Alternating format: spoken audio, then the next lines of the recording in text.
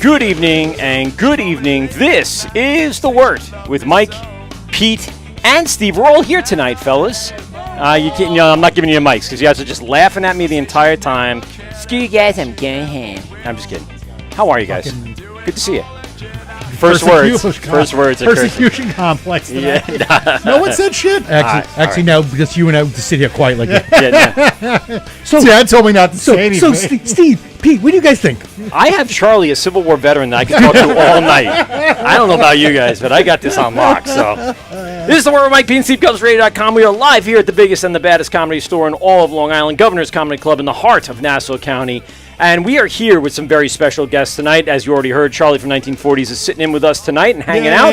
But we have one of my favorite breweries in-house, or really remotely in-house tonight. Yeah. But before we get to him, we do have some reads, some commercials, some sponsorships, some sponsors we need to get through. So let's start with Rosie's Draft Solutions. Steve, take it away, sir. Rosie's Draft Solutions is a Long Island family-owned business that provides professional draft beer system services, line cleanings and maintenance, draft beer line systems installs, event dispensing solutions, and more.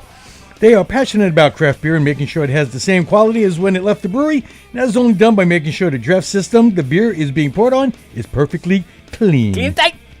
Rosie services bars, restaurants, halls, events, and all other beverage establishments, including home kegerator sales, and I'm going to have to be calling them up, get my kegerator tuned up for the summer. Yeah. You can reach Rosie's at rosiesdraftsolutions@gmail.com or call them at 631-219-2075, Monday through Sunday, 9 a.m. to 8 p.m. Mention the Wort, and you will get a discount, and you will also get a Brazilian wax for the summer. Nice. I definitely need one. You need one of those for the summer, I'm due.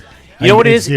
It's like a jungle down there. No, it's the below the belly button hair for me. I don't really appreciate that. Things I wish I'm just saying. Didn't really wanted to know, but now I do. That's right. Go to Rosie's Draft Solutions or give Nick a call and tell him the Wort sent you. Receive a little percentage off your service or order. Peter, you want to take it away, Beer Maker? That I'm going to try now. All right. Well, you threw you off your game already, huh? A little bit, yeah. Oh, God. Beer Maker. Yes. Shut up. All green countertop brewing system. Apps on iOS and Android, and lots of delicious recipes to make at your house, like IPAs and stouts. They have the Mexican lager, yes. Mexican lagers. It's lager season, folks. It is lager season. It's also Kolsch season. Yes. Which is delicious. Beer Maker. Delicious stuff. MKR. BERMKR. Yep. You can find a link on our Instagram page store to use a little promo code, save a little few bucks on the machine. And that's it. And you go over to our link tree in the bio of our Instagram and get yours today. Go to BERMKR.com. We're also sponsored by Brewbag. Brewbag for your beer pong cornhole. That's right. We're talking about outdoor. It's Brewbag season beyond a shadow of a doubt. Hopefully they're enjoying some down at CBC this week. But Brewbag, go to brewbag.com or go to our link tree in the bio of our profile of Instagram and have your special link right to a discounted page for your Brewbag today. Get it vinylly wrapped with your logo. Breweries, get yours today. This is a smash, a hit, if you will, at the breweries. One beer in hand, one hand on a bag, and you're throwing those bags into 6 different holes. And guess what?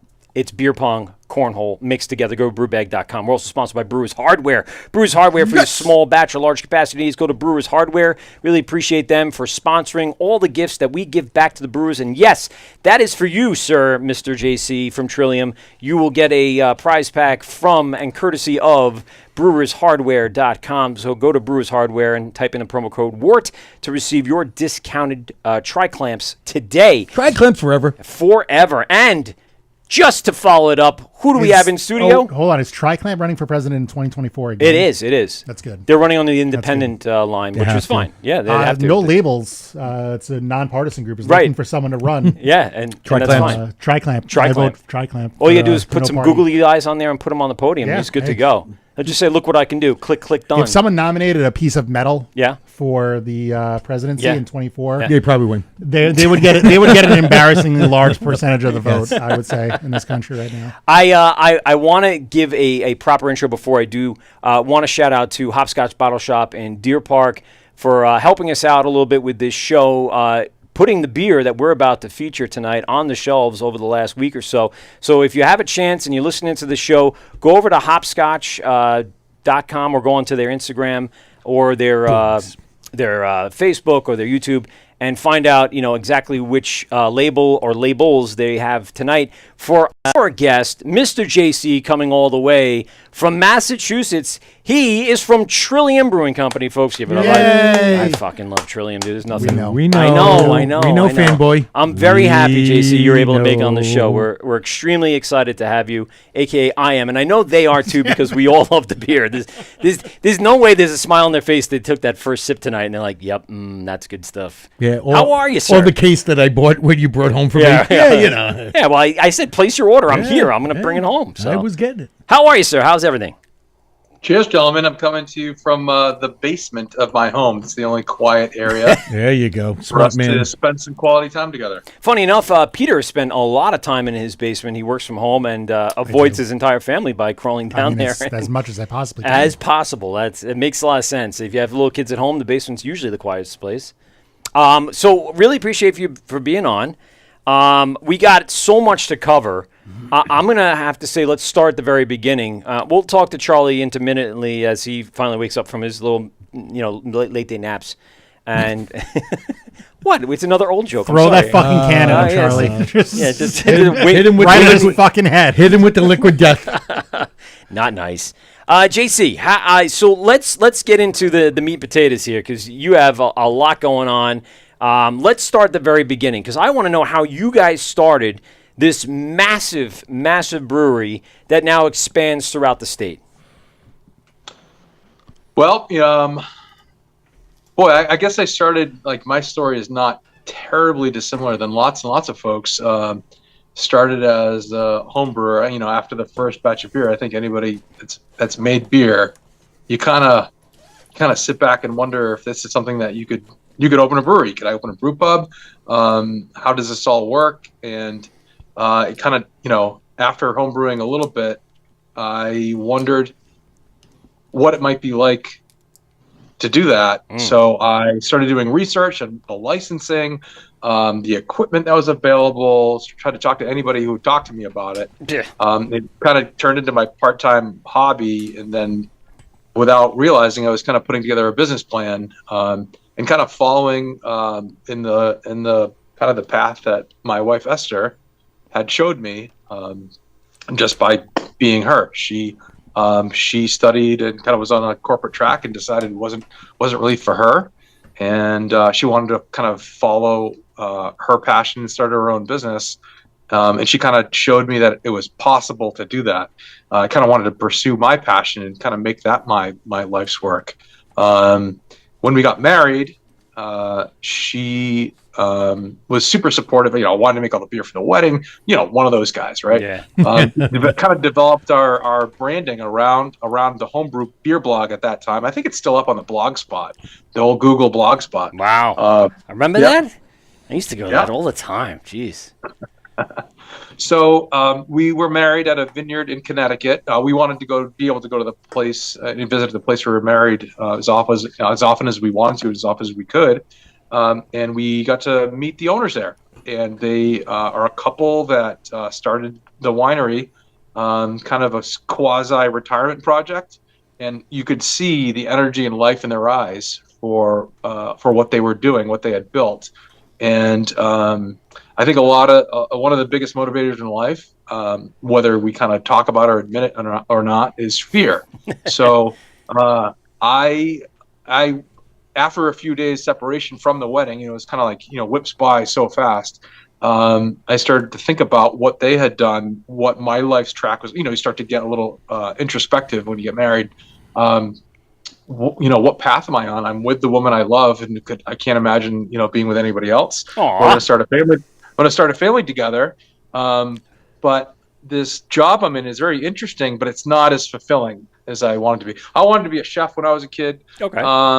And family was going to be the most important thing in my life. I kind of always knew that. But if you're a chef, it's kind of hard to be. It's kind of hard to be. It with really is a family and tough friends. industry to have free time, because you're working on the days that most people are off. Yep. I mean, that's so I the kind of gave schedule. up that idea in high school. Even I was taking foods classes then, but it kind of creating things it's always been inside of me. And you just kind of put those things aside. I can cook for my family and friends at home, and that'd be fine. I can create separately for my day job, whatever that is. And I had a nice career, and I was on a good track. And my parents, boy, they were when I told them that we're looking to open a brewery, and then they came to see that spot on Congress Street. Boy, they were quiet, real quiet. So this is what you want to do with that education we help pay for. I know. We, Esther and I took our life savings and we plonked it down on the table and said, "Let it ride." It got down to the wire there. We almost pulled the plug a number of times before we opened because of the delays. Can you imagine what it would have been like without Trillium up there? Like without that brewery being where it is and what it did. You just imagine it was like happenstance. Like one person's decision, good, bad, or indifferent, could have changed the direction forever. Absolutely, yeah. We were. I was actually traveling for work, and we were at the end of the rope. We had actually hired somebody at that point. We had, we're into credit card debt, and if we don't start seeing revenue soon, we can't go into the red on this thing. So Esther had to make a few calls to say, listen, we either get the occupancy permit or we have to be done. There's no more rent to be paying because there's no more money. So I come back from the trip. I land the plane and come back from the trip, and we had it, and it was sort of off to the races from there. Brew the beer with the remaining cash that we had left. Open up a zero APR credit, zero APR credit card, and kind of like make the minimum monthly payments and hope, cross your fingers, hope for the best. Yeah. We had planned to start with 6 fermenters. We opened with 2. Jeez. And that's we what ran the out of budget beer. called for. Yeah. Yeah, we ran out of beer on our second weekend, so we were kind of scrambling from day one, really. Now, in those past homebrew experiences, thinking back on those moments, how did so much change, or did it change from your original homebrew batches to kind of where you guys are now? Oh, that's a great question. I think Fort Point, the first hoppy beer that we ever made was Fort Point Pale Ale. We have some of that here with us tonight. Yep. Cool. That beer is only slightly changed in the percentage of carrot malt, and that's a British crystal malt, a very low level bond crystal malt. We kind of backed off that a little bit to kind of temper, pull back on the sweetness a little bit, as we were getting kind of better and more reliable attenuation in the commercial setting versus home brewing. Yeah.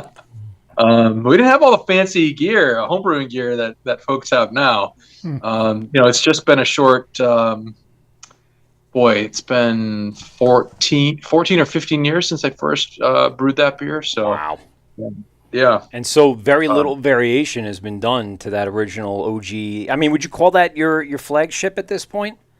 So it's a little, we have not yet operated in and we're starting to get there. We have not yet operated like a quote unquote normal brewery, and that we don't really like always make sure that we have Fort Point and Congress Street, like certain brands always available. We probably should though. Well, considering that's the one that when I first came up there, I don't know. Mike's on the Instagram right now. He lives in Canton.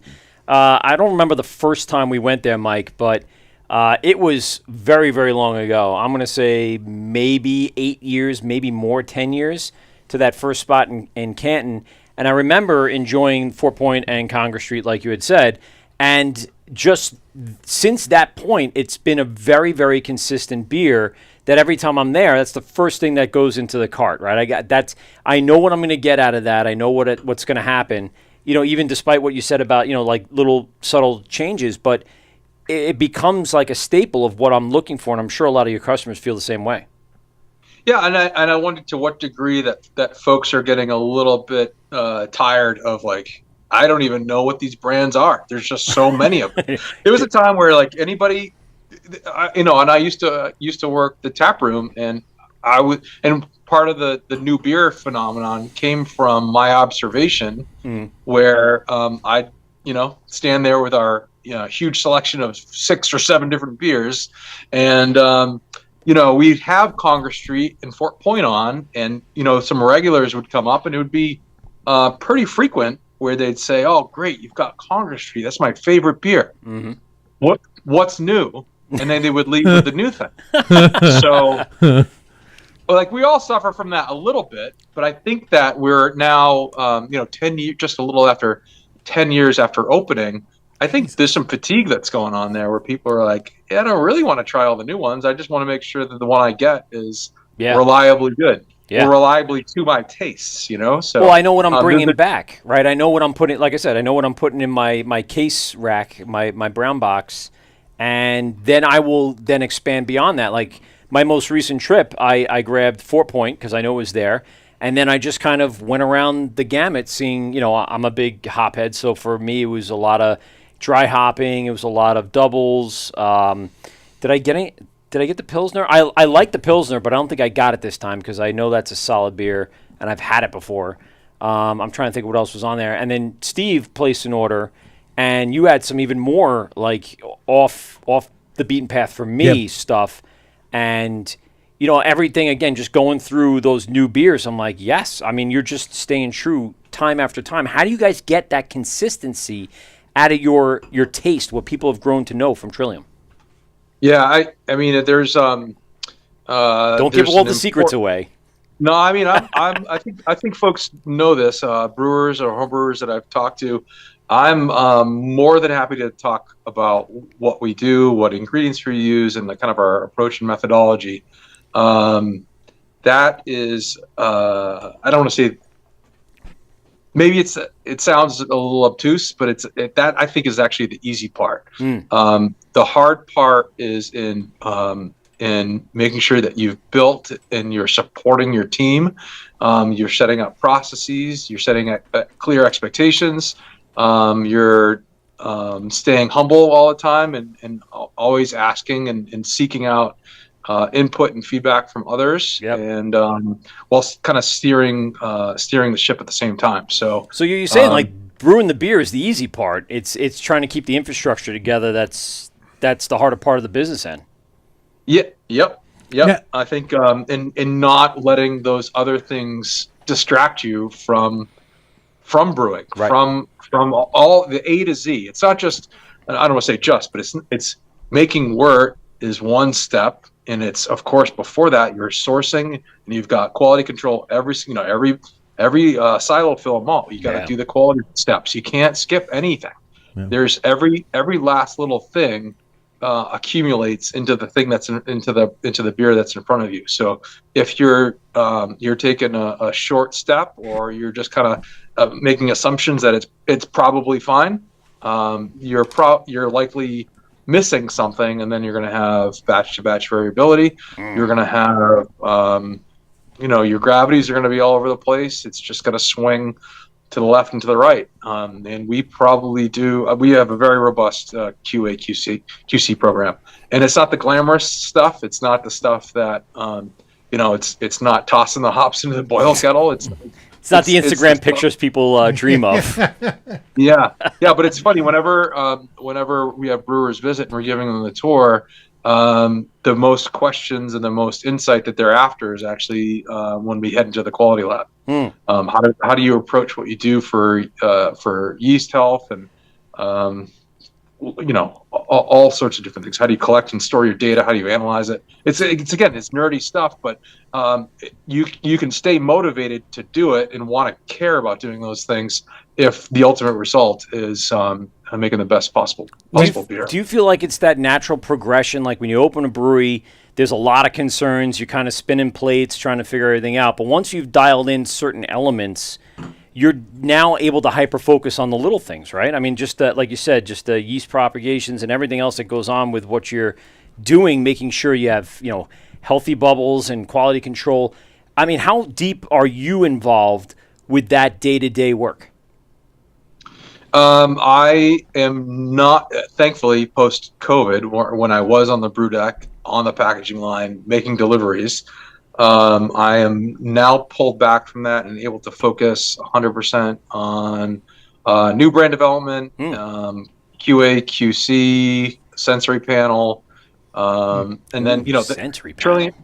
Yeah, and Trillium is beer nerds can take this the wrong way, so don't take this the wrong way. But Trillium is much more than just beer.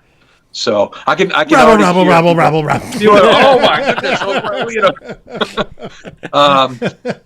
It's true though. But in order for us, we're trying to create places that people can the beer is great, but it's got to be part of a bigger experience, right? So we're trying to create these moments, these kind of life special moments. Where it could just be whatever Tuesday evening, and you're meeting up with your buddies, and you haven't seen them in a couple of years. Like you want that to be the most special thing, and the beer is there to help make that possible. And it's the thing you kind of circle around the table with. And that's the reason why you chose that place. And it's supposed to help to make that moment extra special, but it's really about the people that you're with in the moment that you're sharing. Yeah. So you want to create an experience because the beer, they can have the beer at home, or if the beer is great, but the place is I don't know, dangerous or a shithole. Yeah. That special moment is oftentimes at home with your friends. Right. You've ordered something, or you swung by the brew to pick something up, so that you've got the pick of the litter, and you can figure out how to make that moment special around somebody's fire pit or something. Yeah. So we have a number of spaces by which we do this, and sometimes it's hard for me to believe that we have so many places within a pretty small geography, really. And we were nervous at first, like, are we gonna, is one place gonna take business from the other? Or it's just definitely not happening. So I want to get into those locations. Steve had a quick question for you, though. We're gonna crack open some 4 Point and talk about it. It's breakdown a little later. Steve Gabb, what were you saying? I'm sorry, I cut you off. When you guys first, when you were first looking to open the brewery, did you? You came out with a bunch of hazies right off the bat, and that gained a lot of attention by, a lot of people. Was that always the thought process? Start out with some really juicy IPAs and go from there? Because, we all know that's not all you do. We've had the sours, we've had the stouts, and they were all fantastic, along with the hazies. And the Pilsner. I love the Pilsner and the Kolsch. Those two were some of my favorite Pilsners and Kolschers that they brewed. And that, to follow that up, you said beer nerds because you have such a following in that community of, I don't want to call it hype beer because it sounds demeaning, but it's not, in that everyone seeks your brand, your labels, your beer. How do you kind of, balance that, satisfying that community while still producing all those new labels like you were talking about before? Boy, it's like a 17 question. Start with Steve's question. No, I can handle it. I keep interrupting. I apologize. I'm very hyper. We first started, it was, I don't know, I want to say we sort of stumbled upon how to make hazy beer. I never was taught. It was not sort of like, the examples out there at the time, and you can extrapolate how you like. It was Hill Farmstead with a handful, like, Abner and Double Galaxy and kind of beers like that. And then there was a small-ish portfolio from Lawson's. Sip of Sunshine and some of those early ones, Yeah. And then you had Heady Topper. Yeah, and the Alchemist, and that was the one that was probably, strangely enough, most readily available to me, and sort of that was the sharp turn away from what had been American IPAs to that point, from West Coast style beers. So, without a mentor, without sort of any further information, I kind of picked a handful of hops that I thought were expressing some of those characters. And, so Citra became Fort Point Pale Ale. And Galaxy became Conga Street IPA. But we did not have a straight line drawn for us between, like, okay, here are the ingredients, here's the yeast, and here's what the result is. The first batch, the first handful of batches of Fort Point Pale Ale, one batch would just drop bright. The next batch would be hazy and juicy and crazy, and we couldn't really figure out what was going on. So a couple of tweaks with fermentation temperatures over time. They kind of showed, kind of using that continual process improvement and asking those scientific questions, and kind of eventually got us to land where, all right, we've developed a protocol where this is kind of reliably happening, even though we don't really understand what it was. The first batch of Conga Street IPA, it was cold, it was crashed, it was clear, there was no yeast in it, but it was hazy AF. And we couldn't figure out what the heck was going on. But man, if you closed, it looked like it was still fermenting, and that's like, what freaked out a ton of brewers, and they called it lazy, and they said you're just rushing beer through, and there's all kinds of yeast in it. You don't know how to use clarifying agents, and there's all this kind of misinformation out there from very educated, very established, very knowledgeable brewers. That is jealous. I think it was like, if you look at a picture, it's like a picture of like bad beer. So my feeling at the time when, sitting there looking at the glass of beer that we pulled off for a sample, and I'm just, it was probably sitting there for an hour with them, smelling it, I'm tasting it, I'm looking at it, and none of it makes sense. But ultimately, it smelled and tasted incredible, and how it looked was, it's a tertiary concern.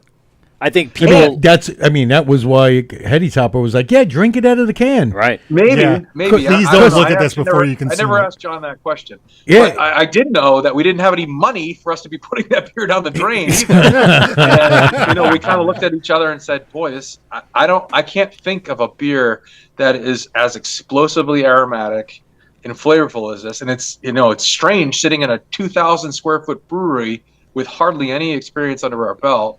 And we're kind of looking around at each other saying, this might be the best hoppy beer that we've ever had. And being, not being boastful at all, because, behind closed doors, and just saying, I guess we're just going to sell it, and we're going to watch people freak out about it. Mostly about how it looked, Yeah. Because I had never seen a beer quite that hazy before. Heady, if you look at Heady now, it's not terribly different from what it was in 2013, 2014. But boy, you'd never seen something that was like straight up milky hazy like that. And that was kind of what put a lot of the breweries on the map and got the buzz going about them.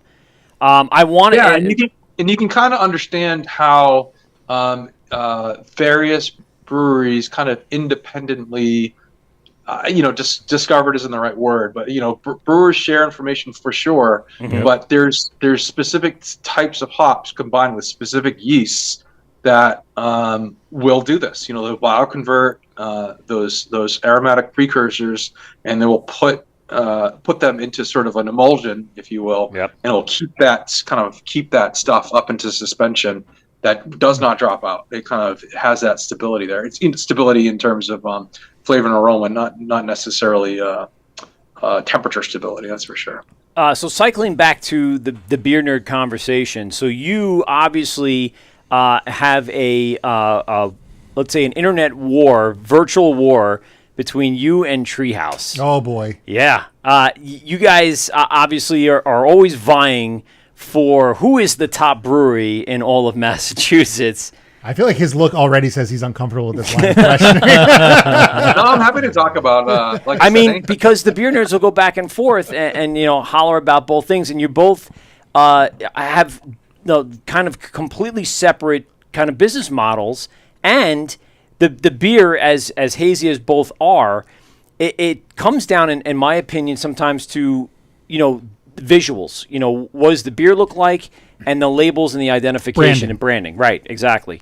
So how do you guys continue your process while you're feeling? You might feel a little bit of heat from the colorful Treehouse, but you guys have stayed very true to your branding, your coloring, your maps, your white and kind of pencil-ish chalking, charcoal pencil, whatever you want to call it. It looks very similar, and if not exact, to kind of where you guys started. How do you guys dress all of that, to the community?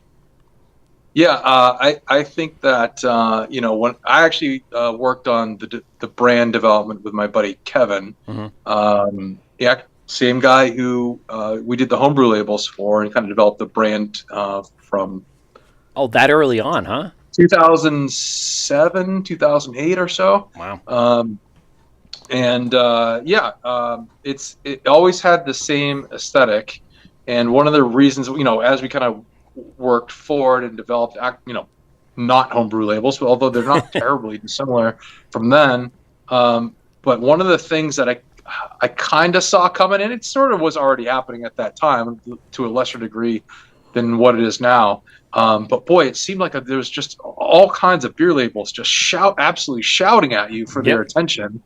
And when everybody's shouting, who's the person that you notice is the kind of the quiet, confident one that kind of stands out of the crowd. It's a good analogy. So if everybody's going to put all kinds of energy into shouting, if we just kind of use a really clean, simple, and steady aesthetic, it felt like if we could stick to that, it would be, one, recognizable, but two, kind of the quiet and the massive noise is the one that maybe you notice a little bit more than the others.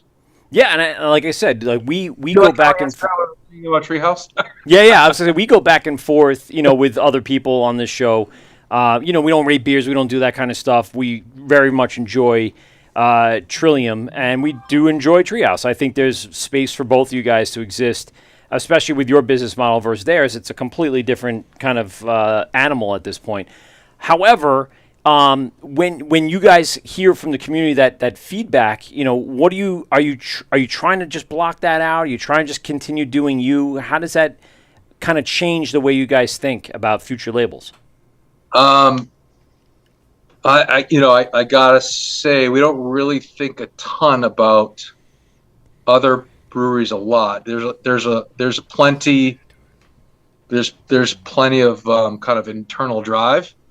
We do bring in other beers for blind tasting on sensory panels, put our own beers in there, see if we can pick them out, and pros, cons, and we're always trying to get better. We've never considered ourselves finished. What was the question? I'll ask it straight out. Do you drink Treehouse beer? Or no. have you? Nope. No, there you go. Of course. I thought you were. Yep. But that's more of a function of me not getting out. I don't go anywhere. Does anybody bring stuff to you at the brewery? Like, hey, check this out. All the time. I knew it. I fucking knew it. Every brewer. And I'm sure they do it back at Treehouse too. Like, dude, look what Trillium's doing. Every brewer has. Yeah, I mean, I think that there's people get so behind their team. I'm looking. Like their local sports team. Yeah. There's sort of like this innate tribalism in all of us. So once you pick your favorite, you're going to defend it to their death. Right or wrong. And you turn on blinders to whether or not they're doing a good job or not, or if they've made a mistake, and then vice versa. If you've kind of pegged somebody as the enemy, boy, you're just going to try to pick apart anything that they've done, again, right or wrong. True. So I think anytime there's fans of anything, there's going to be that kind of chatter. And early days, I was very concerned what was going on some of the forums, and that probably lasted for a couple of months. And it was clearly just an unproductive distraction from the work that we had in front of us. So that did not last very long at all, and it's a huge lesson learned. And it's one of the pieces of advice that I like to give new brewers all the time. Is like, you absolutely should be reading customer reviews of your beer. What you should might not like it, also but you be able to do is develop a sense of picking out the truth from the extrapolations, from the exaggerations, from all of those things. If you're finding that there is a consistency that of those comments that you don't necessarily agree with, you need to get other folks that you trust involved in that discussion as well. Have you ever had any just ridiculously negative for silly reason reviews? Anything like that ever stand out? Anything stand out to you?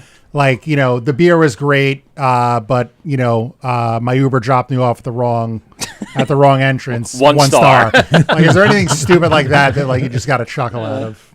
No, there's a million. I mean, there's a million of those. Yeah, it's hard to sort through them all. They don't allow dogs in their restaurant. 1 star. They don't. Their kitchen in their Fort Point restaurant is on the 2nd floor. By the way, there's a first floor, a second floor, and a third floor. The owners must not care about their waiters who have to bring their food up and down the stairs all the time. This is the silly nonsense I wanted to hear. Yeah. That's star. Exactly what I was looking to hear. What? There's a guy out there, and I've seen it too many times. He actually brings a portable air quality. That's on that Hayes Boys. Yes, and he'll be like, "Yeah, this beer was great, but the air quality was not up to where it should be." So 2 stars. Wow. There was this. I can't remember his name. There's a guy who goes around and checks for ADA friendliness. Yes. And has his own rating system. Yep. I can't remember what his Instagram page is, but I'm very proud to say that we actually had very good ratings on our. There you go. Oh man, that should be a certificate that he hands out to brewers. I gotta find. That's probably a very entertaining account. Yeah, so stuff like that. Actually, that's the kind of thing that sinks in. I'm like, that's right. We do go through the level of care and detail to make sure that it is a welcoming place to everybody. Right. There's no we don't want to cater to a specific audience, but still somehow have a very specific point of view. Sure. So that one was actually really cool to see. We had a great experience up at the Seaport. However, the experience prior to going to Trillium there was not so great. We actually brewed a beer at Hopsters, as you know, the now defunct brewery in and around that Seaport area, almost right around the block from your location, right? Yeah. And really bad experience. We've said the story to our audience many times. Do not get Pete going. Oh yeah. All right, he's about to. He took a big breath, so leave him alone. So anyway, the great thing was right around the corner. Fantastic! Is that the 4 Point spot? Yes. Yeah. Yeah. Right? So we are still right. I think we're right on the last street. Yeah. Before the Seaport. In 4 Point Channel before it turns into 4 Point. We're in an old brick and beam building that apparently was an old lead warehouse. So a lead warehouse. Oh God! Can you imagine the cleanup on that? Trying to get that established. I just the old yellow pine wooden beams are absolutely massive in there. Really cool. Yeah, it's a fantastic location. I want to really talk about these locations, but we went in there. We enjoyed our nice meal and had some beers and took some stuff to go. Both times we were up there. Yes. That's the first place that we were like, all right, where else are we going? Oh, right around the block is Trillium. Yeah. We're heading there. I actually got confused before we the first time we were going there. Yeah, because it's right around the block from a Trader Joe's, and there was the line to get into Trader Joe's. I'm like, Jesus, it's Sunday morning at 10 o'clock.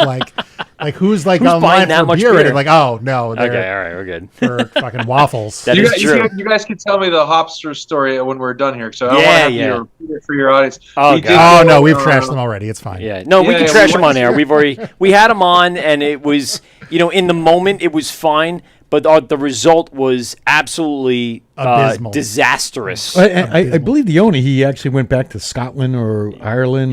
Yeah. He took He off. bounced. Yeah, Yeah, he took off.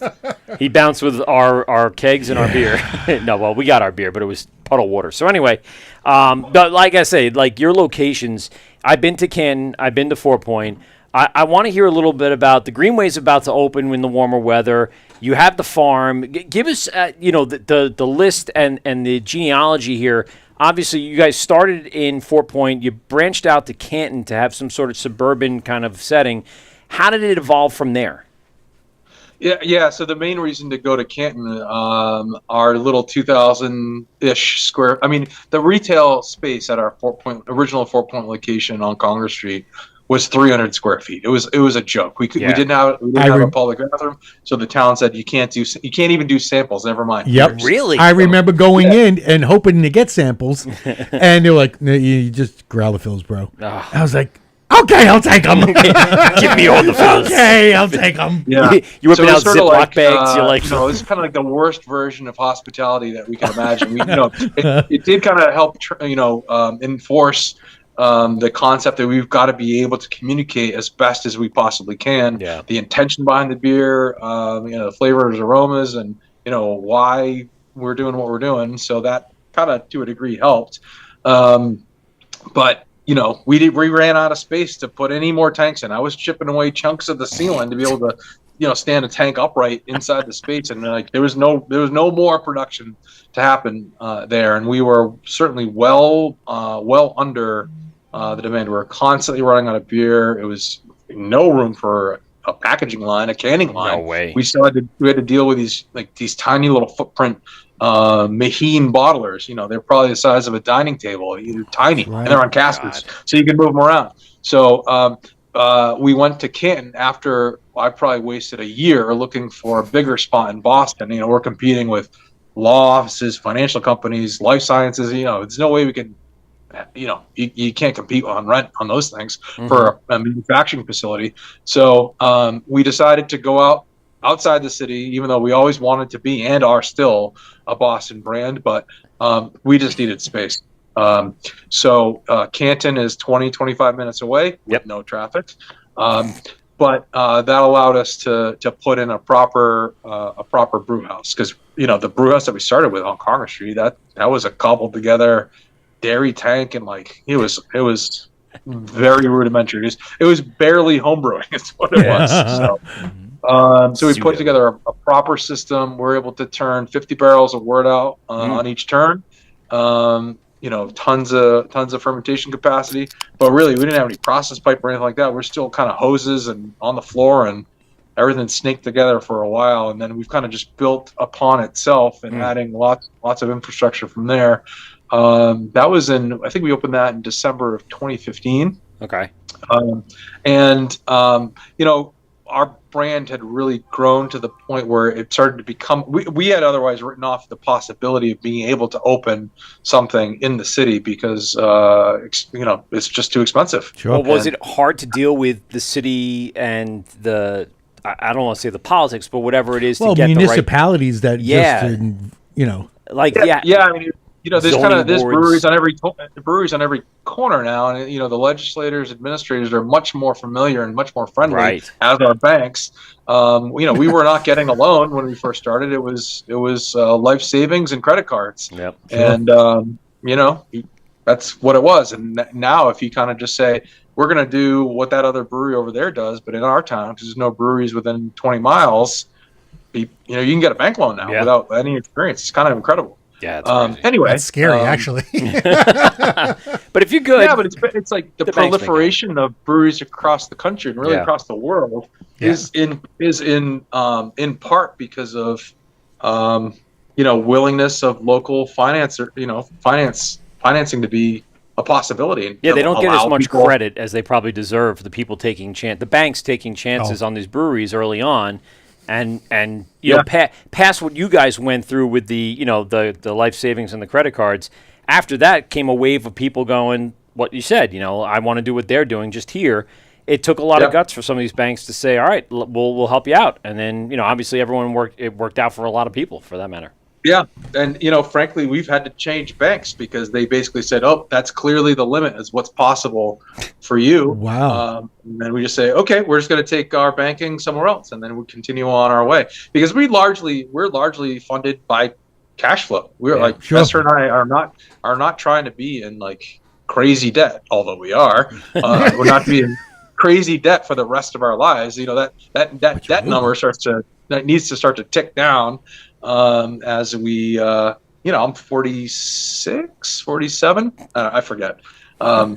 But it needs to needs to start to come down, and the associated stress levels of that need to go with it. Wait, so you're 46. Charles is 146. That's what I was just saying. He worries about the. Am I over 150 yet? I don't even know yet. Again, it's still thinking about loading those cannonballs. That's true. Yeah, and he must be really good at hand stitching dungarees. Way to jump on! I love it. He's got the bit. I've been doing this. I've been doing this with Charles for I don't know how many years now. Oh God! Now you got everyone on board. Geez. And now I have a community now that's willing to a whole community to beat up on the old man here. He's relaxed. Look at him. He is one, got his shorts on. He's one chilled motherfucker over there. He's having a good old time. I love it. He's enjoying the beer as well, sir. So let's talk about the other locations really quick. So we have the Canton spot. We have the 4 Point spot, which I've been to both. I have not been to the Greenway. I have not been up and around that area during the time in which it's open, because you guys open that seasonally, correct? Yeah, we opened it a little earlier this year, and we were trying to get it open for weather is super hit or miss. Yeah. But we had some awesome weather leading up to the Boston Marathon, so we've been open there for a few weeks now. Nice, and it's been awesome. We had a 2 weeks ago is 50s and drizzly, and that kind of stunk.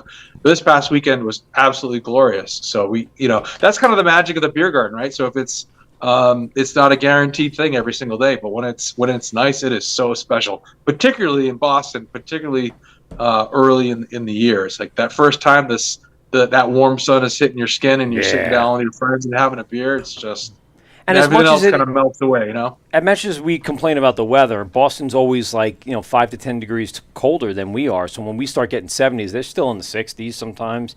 When we're in the 60s, they're still in the 50s, and it's miserable when it's gloomy and rainy and stuff like that. So you got to kind of work that. So when did you guys start with the Greenway? When was that first kind of put into place? Yeah, I think we're in it's either the 6th or 7th season. It's I think it is the first beer garden in Boston. We had lots of friends visit us over the course of the years, and boy, the look of wonder on people's faces when they come to visit from different parts of the country or different parts of the world and see what we did there. There's over 500 people sitting in the middle of a beautiful park system in the heart of downtown Boston, and everybody is just smiling. And they don't know why it's so special. They just know that it is. That's called alcohol. There's that too. That helps. What your city has done, what Boston has done for that area over by the aquarium and that whole span of walkway and being able to bike, and it just has reinvigorated that whole area. I remember going there back in probably 1998. When the big dig was still going on. Oh my God. And it was just a goddamn nightmare. Why would you even live there? It was terrible. It wasn't so much. Tell us how you really feel. It was so bad, dude. You couldn't go 3 blocks and it took you a half an hour. It was just terrible. And now it was different. Like the highways and the detours, it was different every single time you drove through there. You were guaranteed to get lost. It was brutal. And it was so bad. And what they've done now to that area. You can just follow up your MapQuest directions. Throw that right out the window, dear. Bolt it up and throw it at the sign. If you use MapQuest directions at any point in your life, it's time to take your pills for your back. Myself very much included. I'm myself very much included in that too, for sure. Always carried a Rand McNally. But it's so cool. There's literal dozens of beer beer gardens across the greater Yeah. Boston region now after just 6 or so years. My buddy Henok from Omnipollo came to visit from Sweden. He's like, I have to open a beer garden in Stockholm. Yeah. And he did. He did it a year later. It's so cool. I just texted my brother like, "Hey, we have Trillium on the podcast tonight," and that's actually the first thing he said was, "Their place in downtown Boston is awesome." Yeah, that's cool. We just opened a new beer garden on the Boston Common. So, Yes. As a crow flies, it's less than a mile away, but it's an entirely new set of customers and like people. If you think about it, you might not really ever go to a different neighborhood, even though it's super close, because it's just not, a neighborhood. Yeah. you're just not going there. Viable.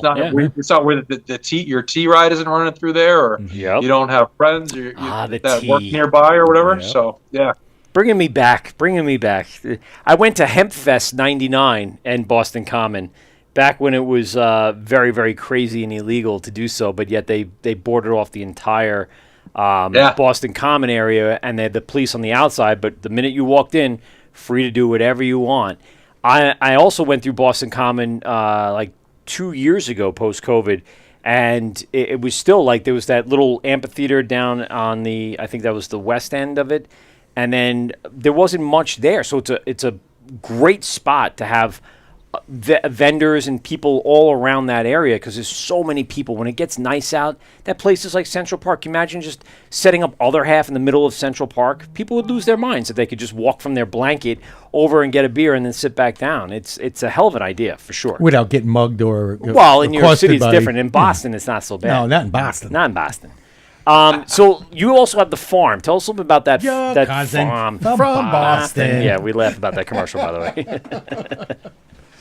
So Trillium was founded on the concept of being a New England farmhouse brewery, and to start with a little tiny brewery in the worst piece of shit building in the neighborhood was a pretty far stretch from being a New England farmhouse brewery. But my family didn't leave me a farm.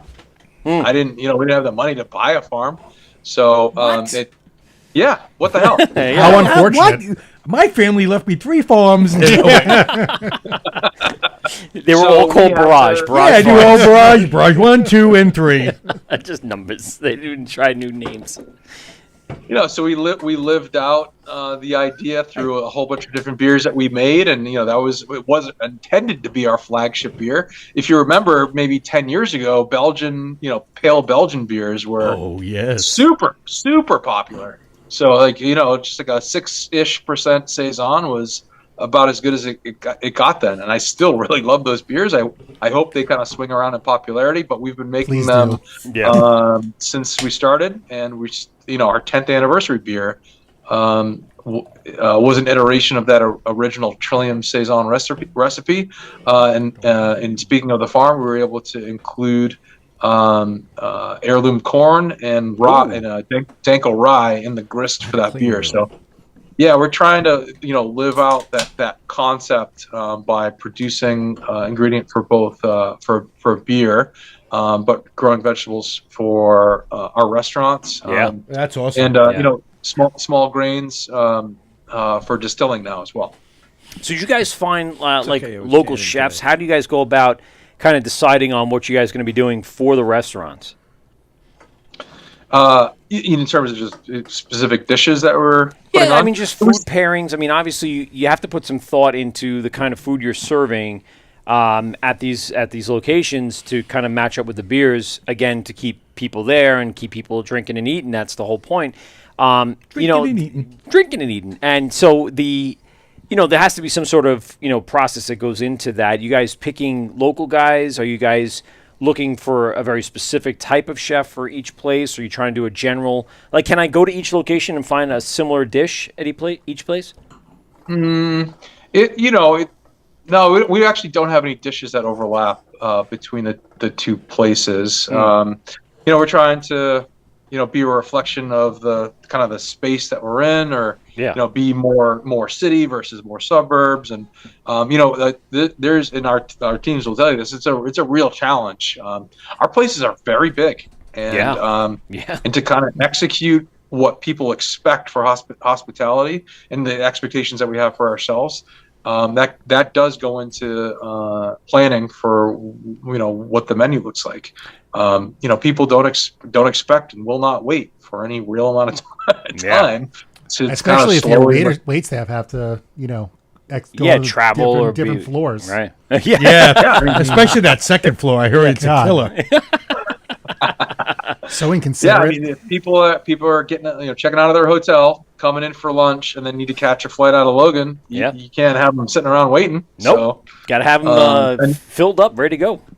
Yeah, so our Fort Point location, that's 500 seats. Our Canton location is 750 seats. Jesus, that's a lot of seats. It's no joke. So, the size of our seats.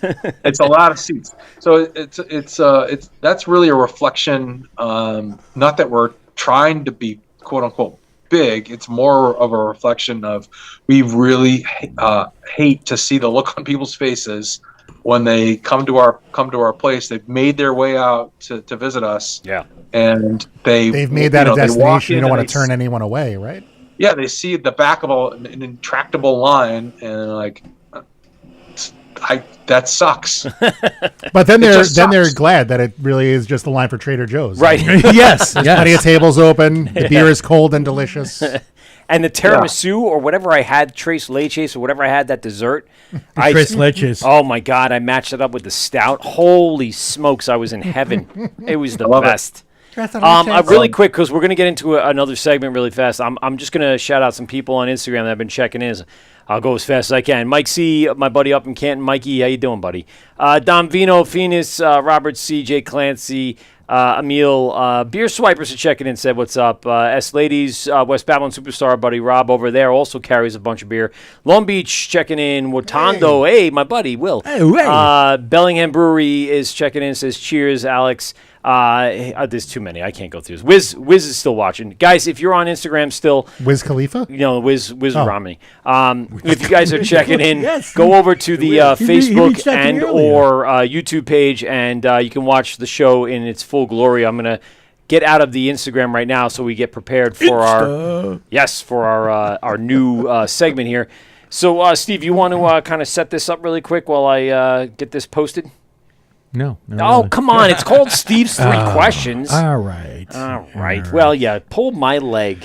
So I will be asking 3 questions of you, sir. And it'll be one at a time. Very easy.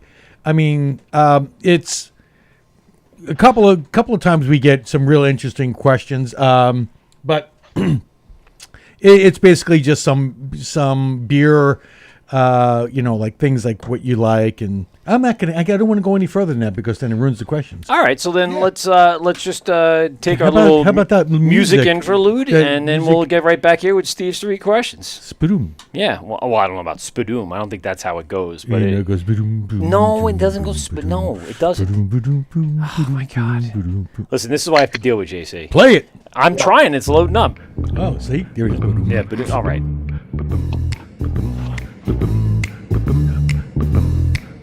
Hey, you cool hemp cats. Tonight, we bring you a very special presentation. 3 questions with our very own Steve Pominski. Yeah. Steve's questions. 3 questions from Steve. 3 questions. Steve's questions. Go. I knew you were gonna do. Yeah, well, it's your thing. It's the thing. Thing. Go ahead, Steve. Take it away. All right.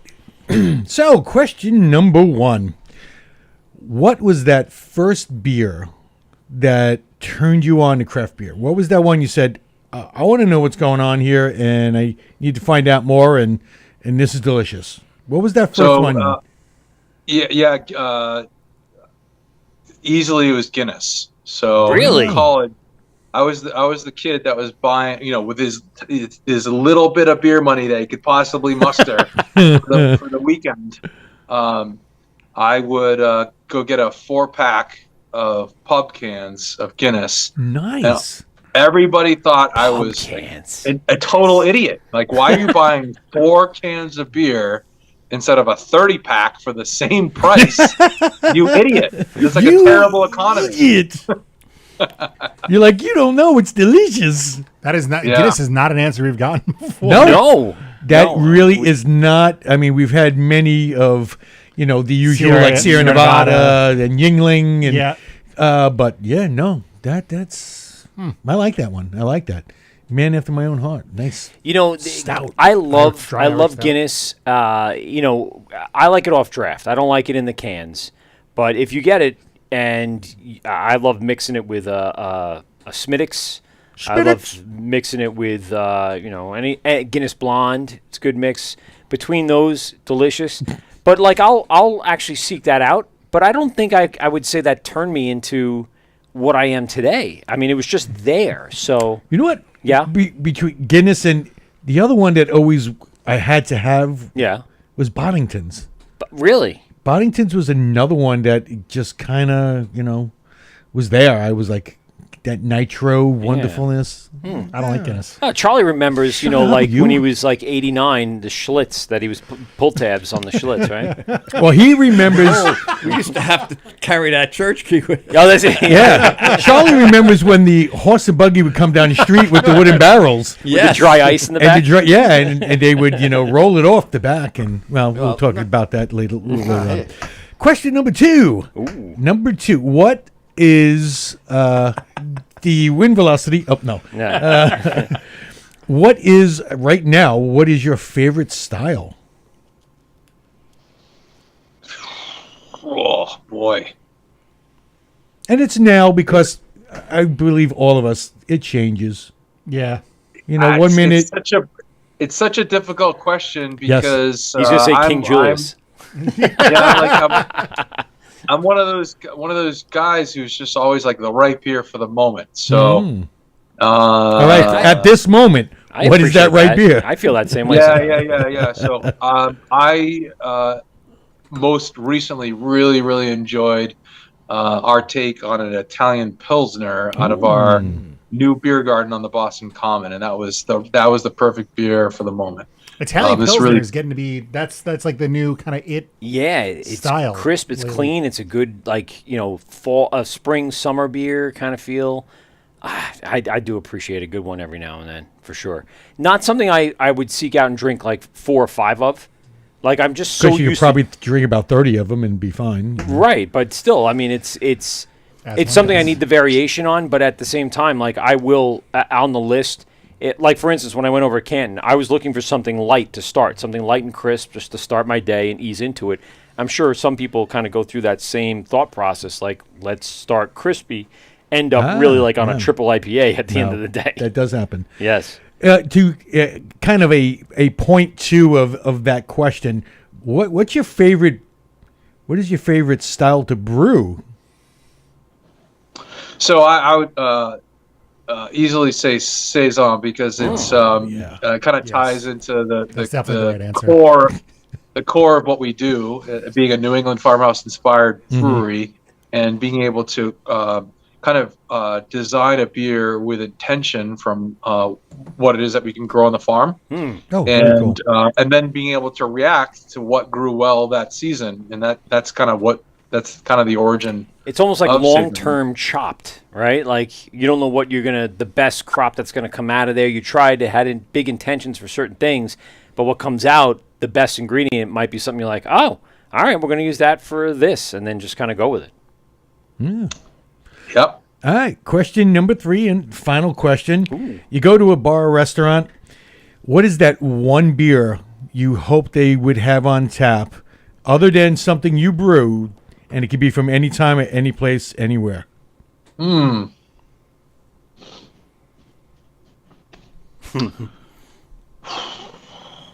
Treehouse Green. Oh, wait. Well, like I said, I don't get out very much, so it's like not an experience that I have terribly often. Yeah. I did go, but I had I had a Tipo Pills the last time I went out to eat with friends. But the time before that, I went to a dive bar, and the best beer that they had on was Negro Modelo, and that was pretty cool. There we go. Yeah. And that's the beer in the moment, right? Oh, man. Yeah. I like the Modelo Dark. Yeah, that and the amber, right? Isn't it? Isn't it? That's Dos Equis. Oh, Dos Equis amber, right? Yes, but I like Modelo Dark. Yeah, that's very good. Negro Modelo. Yeah, I'll- that's good stuff. To this day, I'll never forget. While I was at Cybele Institute, we had a bunch of guys from Grupo Mondello, and they were there for class, and they brought a special keg that you can't get in the United States, and we Really? had it at the beer stube. Still a lager? It was a dark lager. It was. We killed that keg in like 2 days, and we were all hurting from it. But it was the most wonderful experience. You And trying they were to- the nicest guys. Barely spoke English, but they were the nicest guys Well, they going. transported beer across Of country course. borders. Yeah. I mean, they're like, yeah. We loved them for that. Yeah, and they probably loved the fact that you guys loved it. And It was great. It was unreal. They just had bottles and bottles of just regular Mondello. Nice. And we were like, okay, we're Yeah, good. that's your follow-up. Yeah. That's your chaser, in Thank a you, way. guys.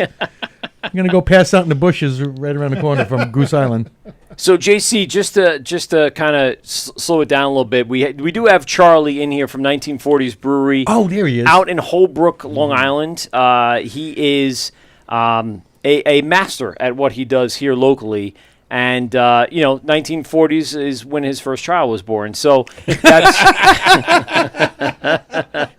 Close. That was the prom, I think. He Yeah, was, that was Charlie's 50th wedding anniversary. That's What are who you his, talking yes, about? he was his 50th, where his first grandchild was born. So you brought you brought to with us today your Nelson, your collaboration with Steven here from Barrage. You guys focused on the Nelson hop.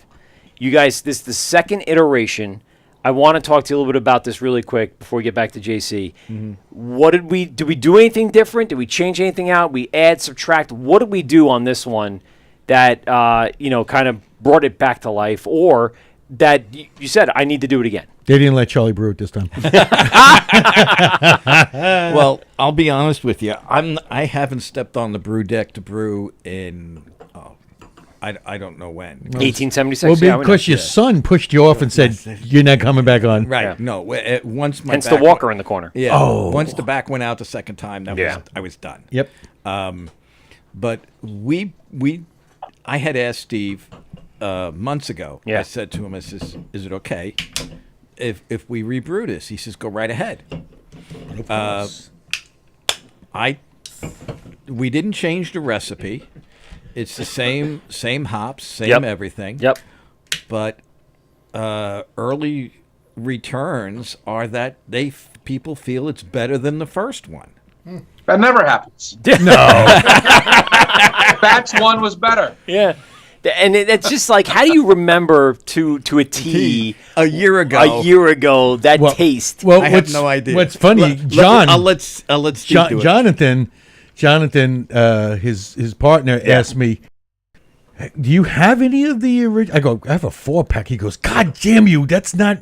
I go, "I save. We can't release the new one until we get that out I of existence. save everything just Yeah. to see how the packaging came along, Right, right. how it stood up. Yeah, you kind of have to do that. Yeah, Yeah. You always have to save something, even if it's going to taste horribly, down the road. But if Okay. it was done well and it was packaged right, So I'm going to be completely honest with you. And again, we don't rate beer or anything, but I'm going to give you my thoughts. More Nelson this time. It has more of the Nelson Sauvignon hop flavoring in there than the last time. Maybe it's the beer I got. Maybe it's the can I got. But definitely more flavorful than the first time. Not that the first one was bad. This one has like more of what you... Okay. it has There more, is More There Nelson. is more I Nelson. wanted to see if you would notice it. Okay. We had made a slight change Okay. to when we do our additions. Okay. Nothing is done practically during the boil. And then we were able, with the equipment, It's all dry hopped? there's a little before transfer. Okay. But little we're- whirlpool we're- in we're- action. We're chilling it down before we complete the transfer and hop it then. Then we dry hop. What did that do? In your opinion, like what was We're finding out with most of the IPAs that we do. Yeah. It removes a lot of that bitterness that some IPAs have, because Isomerization. we don't filter, we don't use clarifiers or anything. Right. We just cold crash, and that's and this is what you get. Well, you got the look. I mean, the haze is there. Yeah. Like people love. The flavor is more Nelson, as the can says for sure. You're getting good responses, correct? They're like, this is now. Well, I will tell you, it only hit Early the in the brewery morning. today. Okay. I We didn't only have the started- first Wow, one. you only, We it only came out started today. canning. We only canned it at 2:30 this afternoon. Oh, so this still has can kind of Little package shock. package shock, but I still. didn't have the first one, it's but this people- is better. People have it. I did not said have it the like first that. one. Yeah, but this one unequivocally better. And because when I came here today, my spot was open Yeah. for parking, so it's definitely better. Definitely better. Yes, definitely better. But it's like, And you haven't changed anything in the equipment. It's just No. about the process. just a process. Because we good. if you remove some of that bitterness, the later you can do it, the less bitterness you can get. Do it at a different temp. We experimented, and we've been doing it with a lot of the IPAs. JC, does it sound familiar? Have you gone through that process of changing your timings and fixing, like not irregularities, but things that you think could be better that would make your beer, what it is? All what day, you're every looking day. for. Yeah. Yeah, all the Yeah, time. so the process he's talking about, it's kind of commonly referred to as cool pooling Yes. instead of whirlpooling. So you're dropping that temperature down to Yep. kind of change that isomerization percentage of the alpha acids.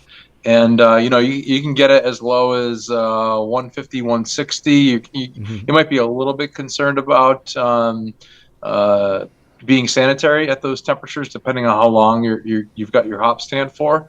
But you'll definitely retain more flavor and aromatics and reduce that bitterness impact. So you can potentially add more hops at that cool pooling stage for the same bitterness, but really crank up the aroma and flavor that you get, which is different at that stage than if you strictly reserve that hop for dry hops. Sure. It is a year later, so I don't know if you're also dealing with a newer hop harvest. That's true, too. farm Yeah. Yeah, the farm that we work with in New Zealand, they are unbelievable in their quality, and somehow they outdo themselves every year. So you're just going to see natural variation from year to year. But the freestyle farm that we work with out of New Zealand, freestyle.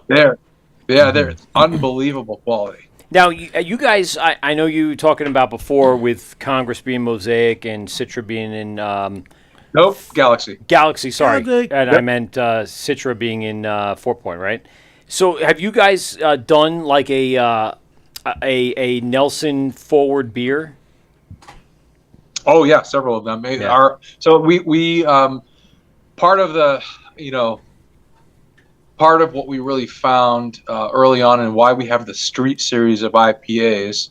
I think I was seeing a lot of recipes, a lot of clones, that sort of thing, that had what felt like a whole bunch of different kinds of hops in them, and I really wanted to learn more about what each hop did on their own and how expressive and like kind of the range within them. And I didn't really want to dilute the character of one hop with another one. Right. Mhm. So we came up with a Street series of IPAs that kind of followed on that base recipe from Congress Street and Stillings Street. Also, Which we have right here, our double dry hop Silling Street. Yep. Yep. There you go. That's our Nelson Ford street beer.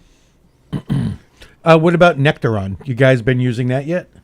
We've done a couple small pilots with it. I've talked to a couple of brewers in the Pacific Islands, and that is not super high on our list to bring forward. We're really looking for something that is very differentiated from stuff that's already out there, which is a tall order because there's some Yeah, unbelievable easy, hops yeah. out there. Sure. So the one new hop that we are excited about is called Peacherine. Oh, Oh, yeah. yes. So they're just adding EAN into back of flavor profiles in a way, right? I mean, that's what they're doing. They're combining the idea of it's like a lot of stone fruit, but it's not only and distinctly peach. It's also like it's got some citrus character in there, so tangerine. So I'll ask the question that Peter had that I stopped him from asking. Ask if we're gonna ask if I'm allowed to ask a dumb question. Just ask it. That's fun.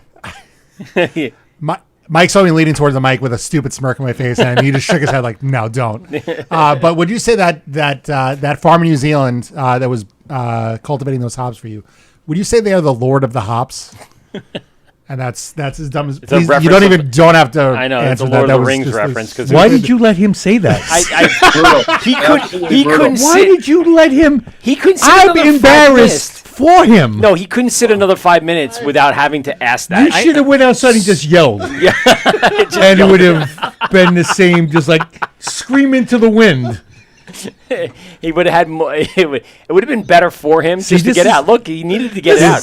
This is why he's so relieved. No, he's so relieved that he got that out there. You need to get him like a pillow so you can just. Yes. Well, that's what he does at home before he goes to bed. He screams into the pillow. Why? It'll be in our new merch shop. It'll be Pete's Pillow. Pete's Pillow. You just scream your here. Yeah. Why did you feel better? Yes. Okay, oh yeah, he feels better now. I saw it building up inside of him. He was just so much so he had to text it to us and say, "I can't sit still." I was going to say this, but Mike stopped me. And you know what? I probably shouldn't have stopped you. I thought it was going to be. This is why I put my phone upside down because I know he says things. Well, I can't do that. I got text time it running to on us, there and then I get like, "Oh boy, I'm going with that." And okay, I want to get into a couple of things with you, JC. We've another beer. Yeah, we've had a bunch of beers, so that's for sure. Let's talk about what do we have first? The Olmsted. yes, Yeah, the Olmsted. So this was again, you guys are known for your double dries. Every time that I've had a double dry hop from you guys, it has been something that I can just wrap my head around in 2 seconds. This is part of the Emerald Necklace series. Again, Wonderful. You're following your branding. You're doing everything you're supposed to do here. Give us a little breakdown about the Olmsted. That's where we started tonight. yeah, sure. Yeah, we're using the Olmsted series, just to back up there, is part of kind of a celebration of the park system in Boston. Yeah. Not your typical subject matter for a beer label. But I thought everybody does that. Yeah.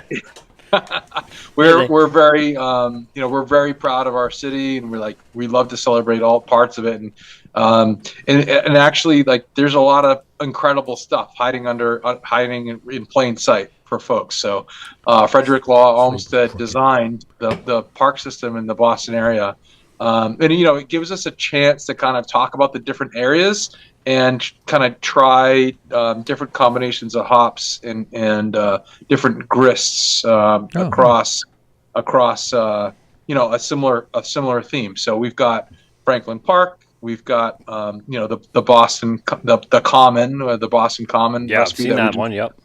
We just came out with that for our new beer garden. So kind of celebrating everything that there is. So focusing particular for different flake grains within the Olmsted series. So that was very edifying on the impact of texture and any kind of flavor that might come through in that pre-gelatinized grain.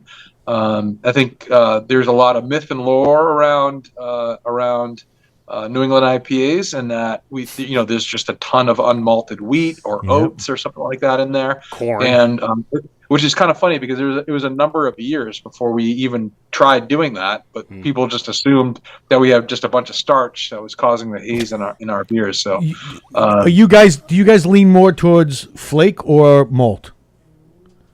We hardly ever used flaked in almost any of our New England IPAs. And that's crazy because you would almost associate, if you've had another beer that was in that same ballpark, you would ask them what it is, and they'd be like, "Oh, that's a lot of flaked wheat." Well, you know what? Yeah. Early on, a lot of brewers were using flake. Yeah. Flaked wheat, flaked oats, and then after realizing that it really didn't really do anything, except for get your mash stuck. Right. You turn the malts, and it's You could get similar results you get without better. all the You hassle. definitely get better results. Yeah. And what's the grain bill in Olmsted? What's the actual grains we're using in this guy? I would ask you to go onto trilliumbrewing.com to take a look at the recipe that's on the website there. Oh, cool. No, you actually post all of your recipes? Yeah, we do. We do. Like I said, we really like to be upfront, and I don't know. There's not really much to hide, and like I said before, we're really happy to talk to folks about their process. If you got a specific question, I'm more than happy to answer it. General questions about how do you make the beer, it's not something that I'll take time at. But if somebody's like, hey, I'm trying to get this thing done and it's just not going for me, this is what I do. Do you see any opportunities for me to make it better? Whether it's a home brewer or a professional brewer, we'll check out our recipes on our website. Yeah, it's all list here. the grist. We list the grist, ABV, and hop varieties that we use in there, and then if there's any non-traditional ingredients, we put them there as well. While we're talking about the beers, one of the beers that, obviously to me as an audio engineer really got me was Headroom. Headroom with the nice penciled mixing board. Yeah. And you had one of those giant posters sitting in Canton that I was eyeing every Mike time I tried to was steal there. it, and they took him out in No one cuffs. stole anything. Yeah. I did inquire at the shop at the old location in Canton, can I buy the posters? They're like, no, we had them custom made. We posted up. I guess that's what I was told. But that particular label, that brand got me, man. Like that was the one where I was like, I love the sketch of that freaking mixing graphics, board. man. Yeah, it's fantastic, and the black on white and just stands out. It's fantastic, and you also have beers like Big Bird that just get people almost like a charcoal kind of Big Bird legs, and then you have landscapes, something like Central Artery, which was all about cityscapes and stuff like that. If you look at all the daily serving, right, you always have the stopwatch, and then all of their sour beers with their raspberry, blackberry, strawberry, all their mixations with the sour. Oh my God! I mean, just the overall branding blows my mind, and how you guys come up with all of the labels that just catch my eye. Immediately, I go, "That's Trillium," and you just know. Well, not only that, but you'll see that that same label, or that the way it's that again you're using that stencil-y. Mm-hmm. And then all of a sudden there's a burst of red color or something. Yeah. And then you're like, okay, this is something different. What's going on? And that's a great way of basically showing somebody, okay, yeah, this is maybe the sour. Or maybe, this is one of the fruited, beers. And it stands out, but in a great way. Yeah, we're pretty judicious with how we use color. And you're right. Like we do punch that up, obviously, for the daily serving beers, and we use use more earth tone type colors and lots of other labels. So Headroom, if folks don't know, that was I still remember getting the phone call from one of our from Paul. He was working in the cellar at the time. This is still out of Congress Street. He texts me and then called me back later. He's like, he just felt really uncomfortable with how much hops I was asking him to put into the dry out for that beer. But Headroom is kind of a music concept, or sort of an amplified music concept, where it's where an amplifier can actually bring the volume up or the power to speakers for a very short window of time and not have distortion.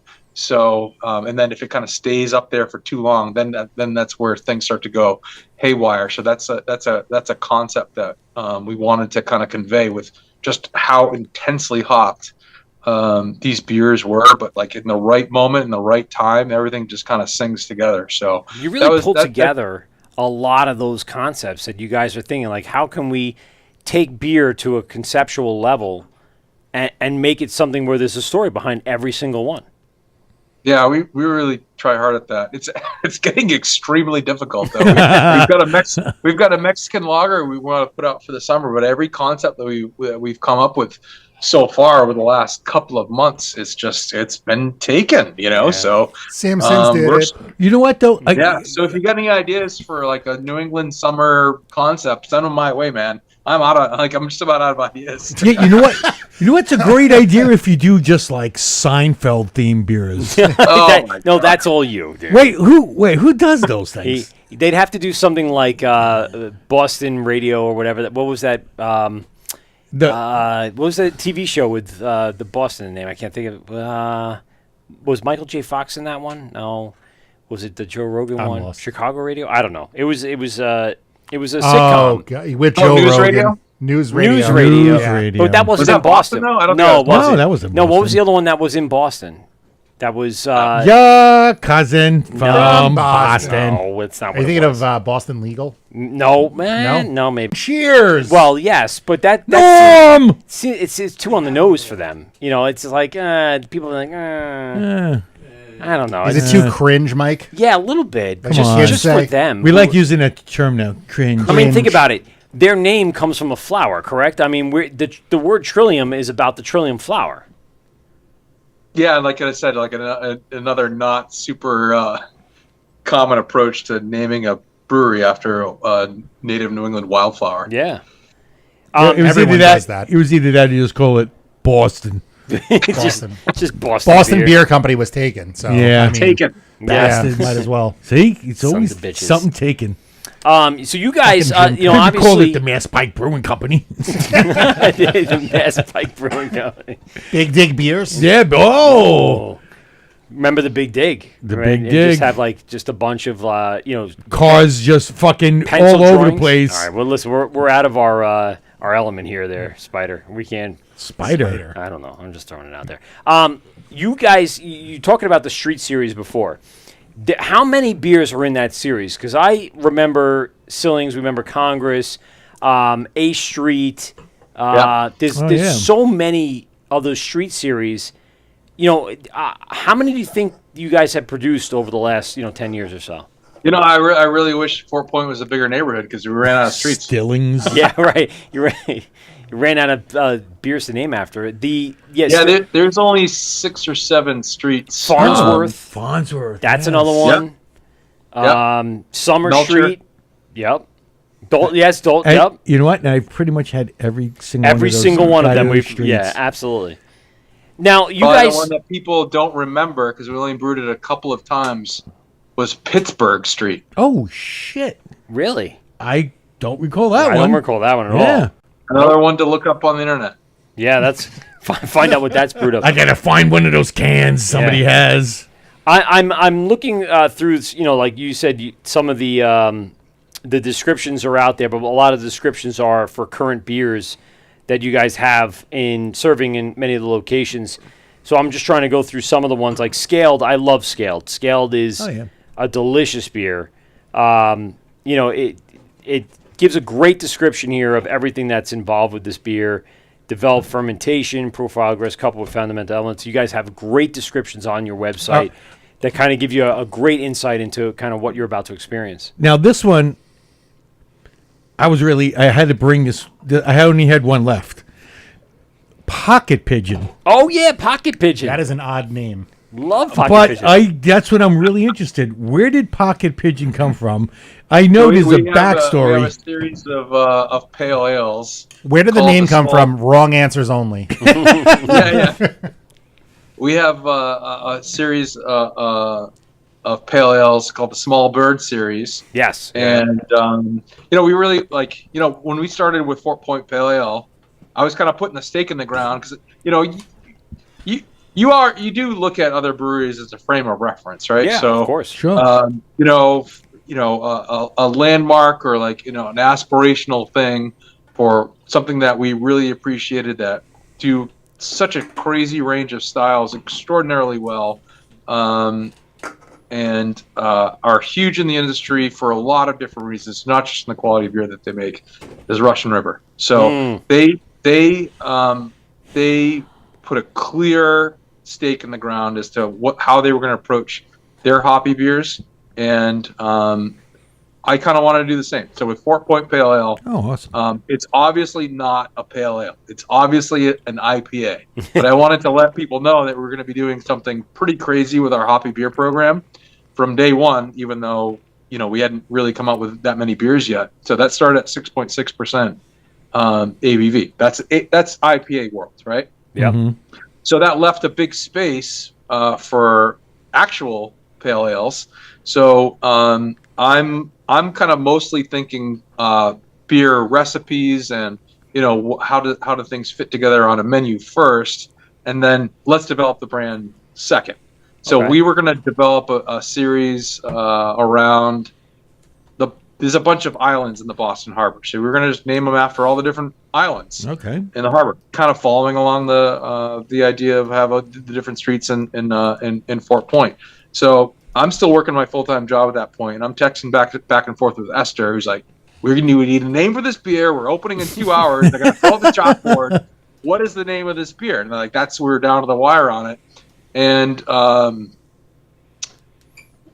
I was just looking through the list, and the most obvious one out of all of the islands on the Boston Harbor just said, well, why don't we go with Little Brewster? And my phone auto corrected Brewster to Rooster, so she saw Little Rooster, and she wrote back. Are you sure? I don't think. Yeah, she's like, I don't think this is like a good brand. And then Smart woman. and then I said, well, that's not what yeah, you're right. That's not what I said. And she's like, we can't name a beer that means tiny cock. That's fair. So then, of course, I had to go there. Fair enough. Fair enough. Yeah, no, that everybody was tracks. laughing so hard, and it's like that's just one of those hilarious, funny moments. So that's how we have our Little Bird series. Ah. But now, are Again, you going to pocket pigeon? But like, now you're gonna come out with Little Rooster, right? Like that's gonna. You have to have. Oh, we have Little Rooster was the first one. There we go. There you go. Okay, great. There's a whole bunch of small bird pale ales. Oh, so what is that? Isn't there a sparrow called the Tit? So we got to get that one going. Is there? Yes. No, Yes. we try not to go on the nose. There you go. So it's the little breast. Well, I've had, what's funny? I've had a Kolsch from a brewery in Vermont. I can't remember the name of it, but it's called Weebird, and I wonder if they're ripping off the Little Bird series. Could be. well, don't know. what about Warbler then? Ooh. Well, he had a whole backstory about his time in the Boy Scouts. Yes, So yes, he did. I Yes, think he did. came up with that Yeah, independently. it's interesting. All the different breweries that we have on, we go through this whole thing of how the names came about. I myself, owning a brewery, just some of the names are just bizarre and Like the Seinfeld ones. yeah. But they have meaning. They come from a reason.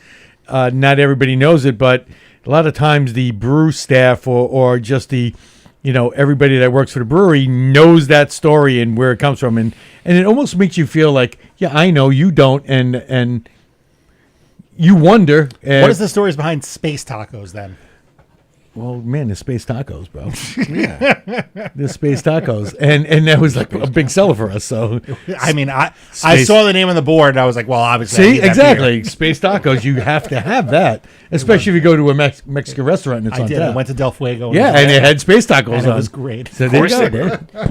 JC, what is the one common question that not only your beer tenders, kind of get, but what you get via email or on, any of the social media? What's like that one question that everyone asks every time?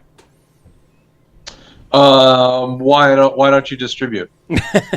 Well, Why don't you distribute why? JC? Why Well, 'cause are you they limited? make a on, lot You of don't them. have to. They make Yes. a lot of money out of the tasting rooms. That's Yeah. why.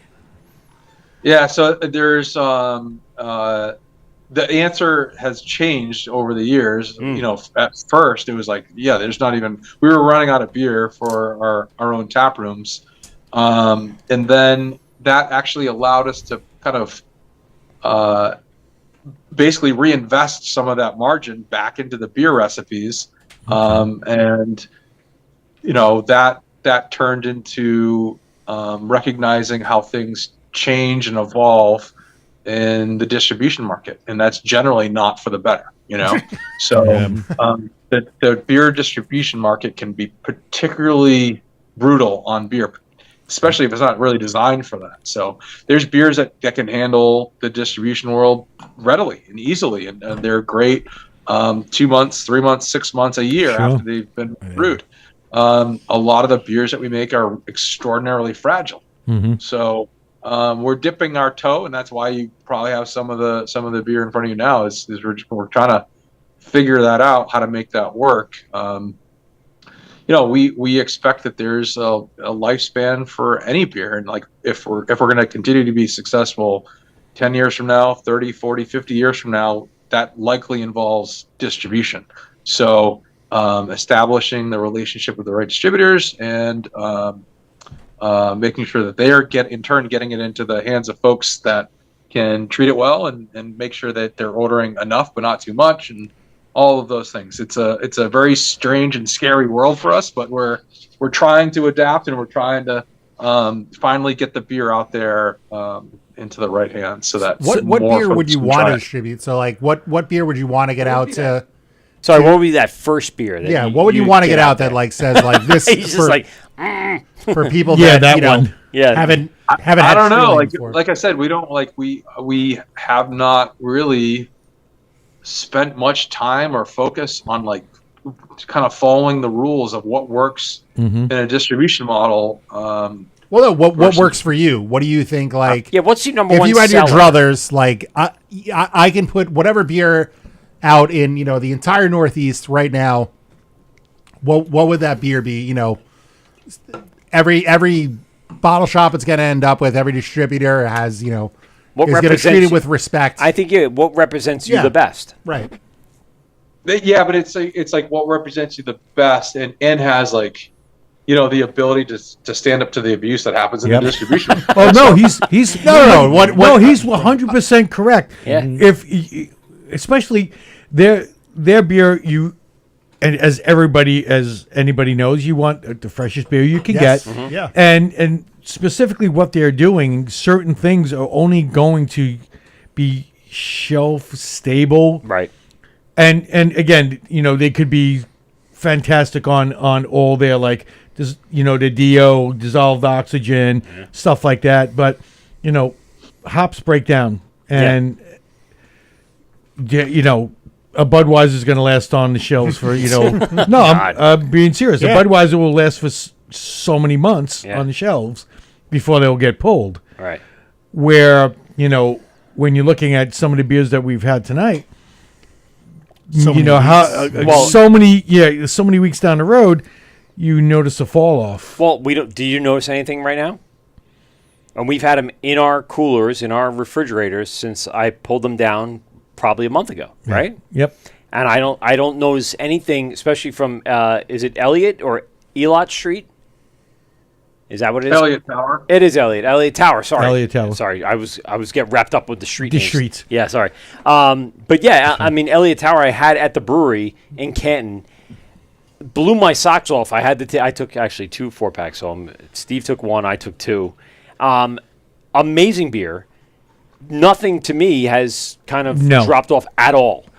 But again, not everyone treats that beer the same. Not everyone will put in a cooler or put in the cold box and it could be on it could be in some Home D's shelf in the sunlight underneath the heater. Yeah, that's keeping his place. I think we're talking him out of distribution right now. That's what we're doing. We're like, you know what? Don't bother. There's at this point no reason. We've done the accelerated aging tests. Yes. I was going to ask that. What's the most important factor in all of this? Is it TPO or DO levels at packaging or in the cellar? Is it temperature swings? Is it hot, cold, or is it because that happens too. They'll bring it in, they'll put it in the cooler, it'll sit there for a week. They'll pull it out, they'll put it on the shelf, they'll put it back in because it's sold one. And they're like, all right, let's get it cold, let's feature it again. But think about it. So the short version and the outcome of that study basically says more time spent at a higher temperature equals worse. Yes. So yes. that's even worse than like a perfectly packaged beer spent at room temperature is a ton worse than something that's way out of DO spec at packaging and stored cold. Oh, that's for the same period of interesting. time. That's It's not interesting. even close. It's not even close. I'm glad you did that research for everybody and just Well, think gave about everyone it. that good stats. And I wish it was the other way around. Yeah, because you guys are probably right on the DO. Yeah. Yeah, you can control DO with equipment and practices, Sure. and measuring and You can training do and all everything those right, kinds of things. and that beer Just your- distributor can still fuck it up for you. Yeah. Just your SOPs, you know, what you're doing in-house, you know, you're keeping your parts per million really low on your DO, and your packaging is great and all that. But like you said, think about when we see distributing vehicles out here. Yeah. Are they refrigerated? No. No. He's like, Are Charlie's the- like, Charlie knows. absolutely not. Are the distros themselves? Yeah. they do have some refrigeration. Well, if you go to but- Manhattan but or most something of like them, that. most of the places that it goes shelves. to, your beer is out sitting out on a shelf. Yep. And what happens if the guy turns around at the end of the day and shuts off the air conditioner and it's like Right, 90 and they- something degrees all night long, Right. Yep. and then they kick it on, and when they come in the morning, I You go like, probably don't have that as much in the New England, like upper Right. Massachusetts, but you still have your 90-degree spouts for sure. Here in Long Island, yeah, I mean, you're going to have a guy that throws your stuff in the window, Again, direct sunlight, on a vehicle that's not refrigerated, sitting there for a day or so, And- waiting to go out for distro, and then hitting the and sitting in a warehouse. well, how about this? Putting the air conditioner on, getting that space to be like 72 degrees, and then bringing it in, getting it back down to like 40, and then putting it back out on the shelves at 70, 80. Yeah, it's a volatile. You don't have to environment. talk him out of it. He's not No, doing it. I know. Yeah. No, he's going to do it. He knows it's long standing, but it's about the quality control. All right. Now here's my other question. What Yeah, about distribution via, you know, Like Tavor. not even I don't Tavor. want to say Tavor, but But yeah, I mean, a few breweries are doing this. They will ship. I mean, other half ships. Well, they ship, just not everywhere. Well, that's the thing. Well, That's yeah, my other question. You What's guys holding- you guys have a small, footprint of where you will ship. Is that going to expand? There's only so many states. It's like weird interstate reciprocity rules, and No, yeah. it's really annoying and really boring how we just can't ship. Like, it's ridiculous. It's like Every we state can't ship is to so different different. states. Yeah. It makes no sense to me. Yeah. It's like these stupid arcane alcohol laws. So Yep. we ship Yeah. to the states that can make sense for us in the way that we operate. Like, if we need to get label approval for something that's a big deal, huh? from the federal government and then the state, and that Yep. takes them 3 months. It was like, well, the Yeah. beer's already sold through. So, like, Yeah. and we can't offer, a third of our available beers in a state at any one time, because at any one time that might be, I don't know, 2 or 3 beers, and it's just a ridiculous headache. So Well, that I wish it makes- was simpler. I wish we could just ship beer everywhere, and it wouldn't be a problem.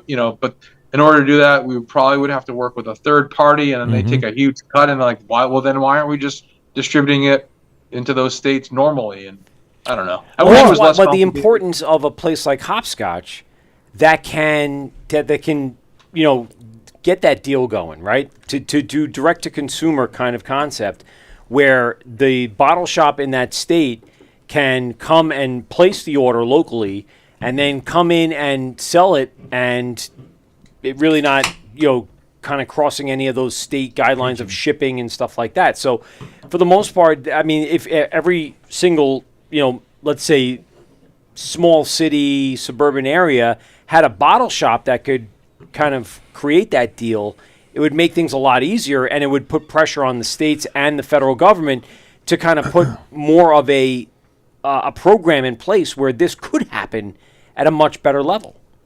Yeah, there's a lot of shops that will do a lot of pre-ordering with our beer for their customers. So they'll sign up for lists, like call lists. Hey, call me if you ever get X, Y, or Z beer in from this brewery. Yeah. And then that really helps with sales velocity, which helps ensure that beers aren't sitting out warm or, Sure. not getting sold Sure. through in the Yeah, and you in the know pace that they you need know that what you're brewing is going to go out the door tomorrow, and you know to. that's going to go like right I said, on. we design beers for like flavor, aroma, and taste first, and then ability to withstand the distribution world. It was not even a consideration then. So Right. there's some brands that will sell through very quickly in the right amounts in the right markets, and that works out great. And you got to make sure that you send not too much, because otherwise it does have the chance of sitting out warm, and then that could be somebody's first experience with that beer, and they might say, "Really makes shit beer." So I don't get what all the hype is about. Yeah. Yeah, what's I don't the know what big the deal? hype Never is. I came here and this place is 113 degrees, and the beer is out in the sun, and Double dry hopped. this is crap. Crazy. Yeah, it's amazing. You take all the time and the effort to make this product that you're passionate about making, and you want it to be the best product that you can put out there.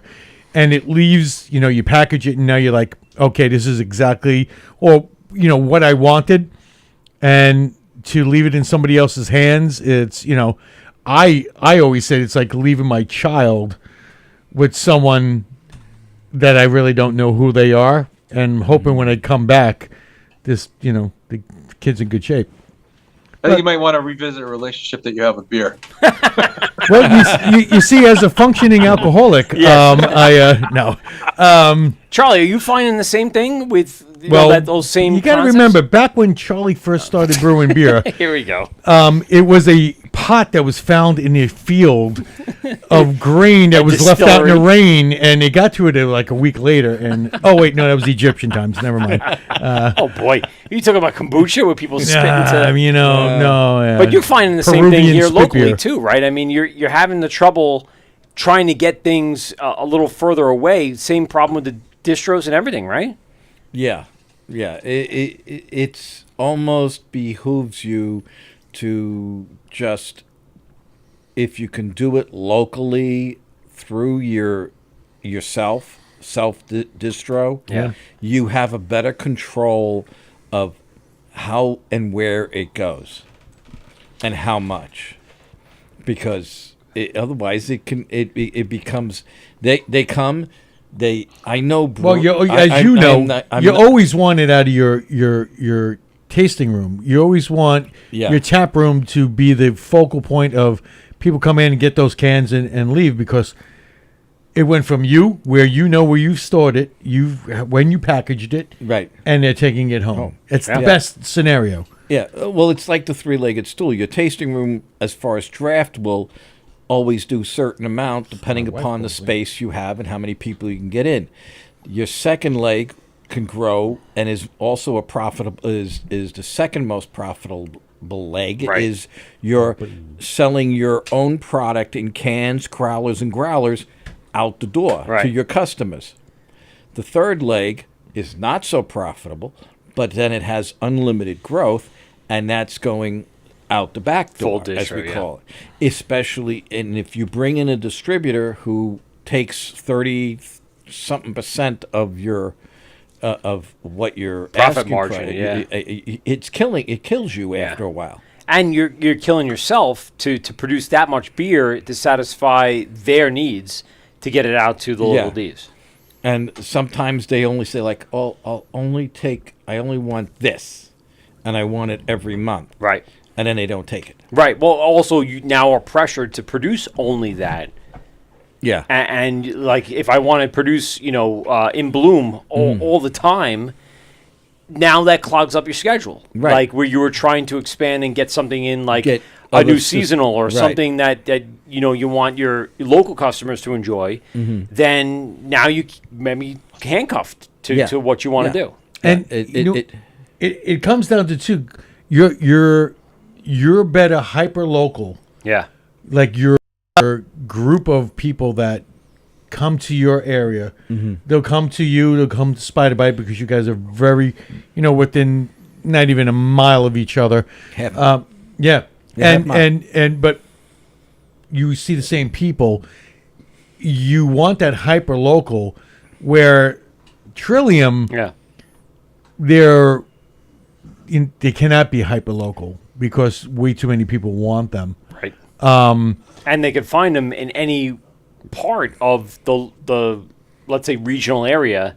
If you say like in the Boston, between the city and the suburbs, they can find a Trillium that's closest to them within 25 minutes. And you know what I find interesting, because there are a decent amount of breweries in the area. Yeah. You have Night Shift, you have Lord Hobo Shipyard.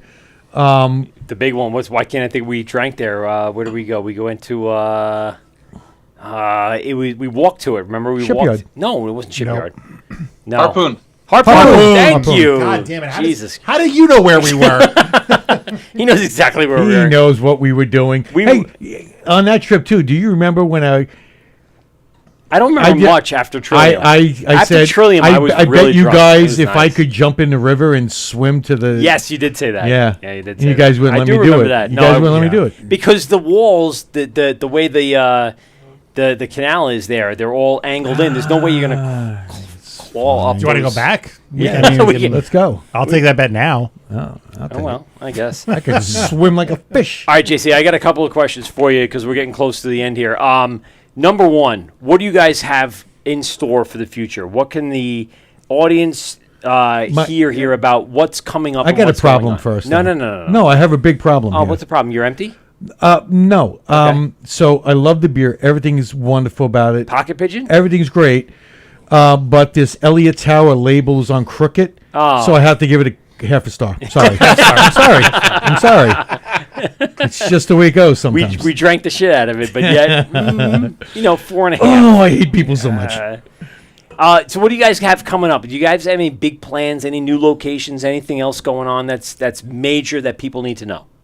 Well, we built our new location in Canton. Yeah. We were able to purchase. It's a 20-acre property. So, by the And way, wait. So to go into purchased, that, I mean, you own that. yeah, dude, this thing is a beer Esther and I campus. never. We didn't build Trillium to like sell it and make a whole bunch of money one day. We really love being stewards of it and like growing it in the way that is sustainable for us and our team. So part of that, opportunity came out to buy that property. And then COVID happened. And then we were like, oh shit, let's like be a little bit judicious with like how we approach this thing. So let's split out the build out into building the restaurant and pilot brewery first, and beer, big beer garden out there. And then once How big is your pilot brewery? It's a 20 barrel. 5-barrel system, but we can actually squeeze out 10 barrels of lower gravity Jesus. beer. Nice. Yeah. Must be nice. Yep. Nice. Must be nice. Yeah, it's awesome. It's awesome. So we also built a small distillery, but we're phase 2 is then building out kind of our forever home brewery and a proper production size distillery as well. So we started our whiskey program a few years ago, but as everybody knows, It takes a little bit. You wish you started your whiskey program 10 years ago. Yeah. But the next best time Fair. is to start today. So Fair enough. That's coming online in a big way, and it really is going to help us kind of realize that original vision of the New England Farmhouse Brewery, but then also expand that concept to distillery. But we're going to be able to make use of locally grown grain in a much easier way through our distillery because it doesn't need to be malted like it would in beer. We can only use a percentage of our grain grown at the farm, kind of relying on the diastatic power of the malt that we use to convert those starches. But we can use up to 100% of that unmalted grain in our whiskeys. So very exciting for the bourbon and rye and single malt to come out of that program. You're going to keep the Trillium name attached to that? Yeah, we've gone back and forth a number of times. Like, how do we fight the notion that it's just a brewery that also wants to make whiskey? Yeah. How do we fight that? You're not the first one, Oh, Dogfish Head. right? But it's not even close. they Yeah, make not even gin, they close. make There's- vodka. Yeah. Yeah, there's tons of breweries that have done this before. Sure. Yeah. So how can we do it in a methodical way and like we're not going to brand our way out of this. The only way to properly convey this is in the quality of the Making good products, right? Yeah. We're making, right? So, and I think it'd be strange if it was a different brand. It's being made in the same building. You're coming to the same place. So yeah, so I think it'd just be confusing if we try to brand it something else. Yeah.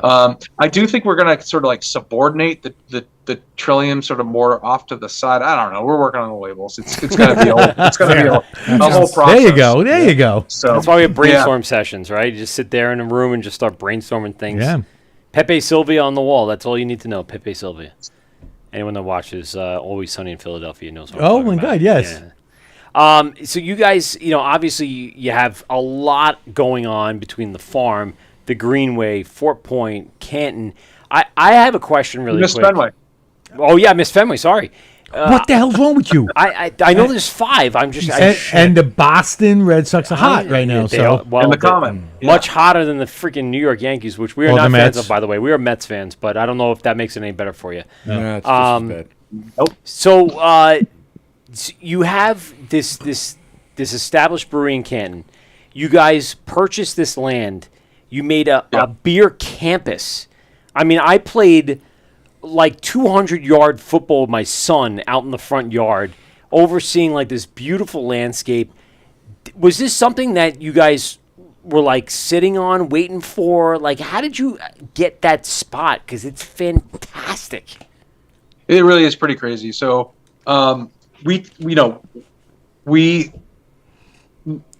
having land. I don't know if you guys rent whatever. Like having landlords is not awesome. Yep. So 100 agree with you.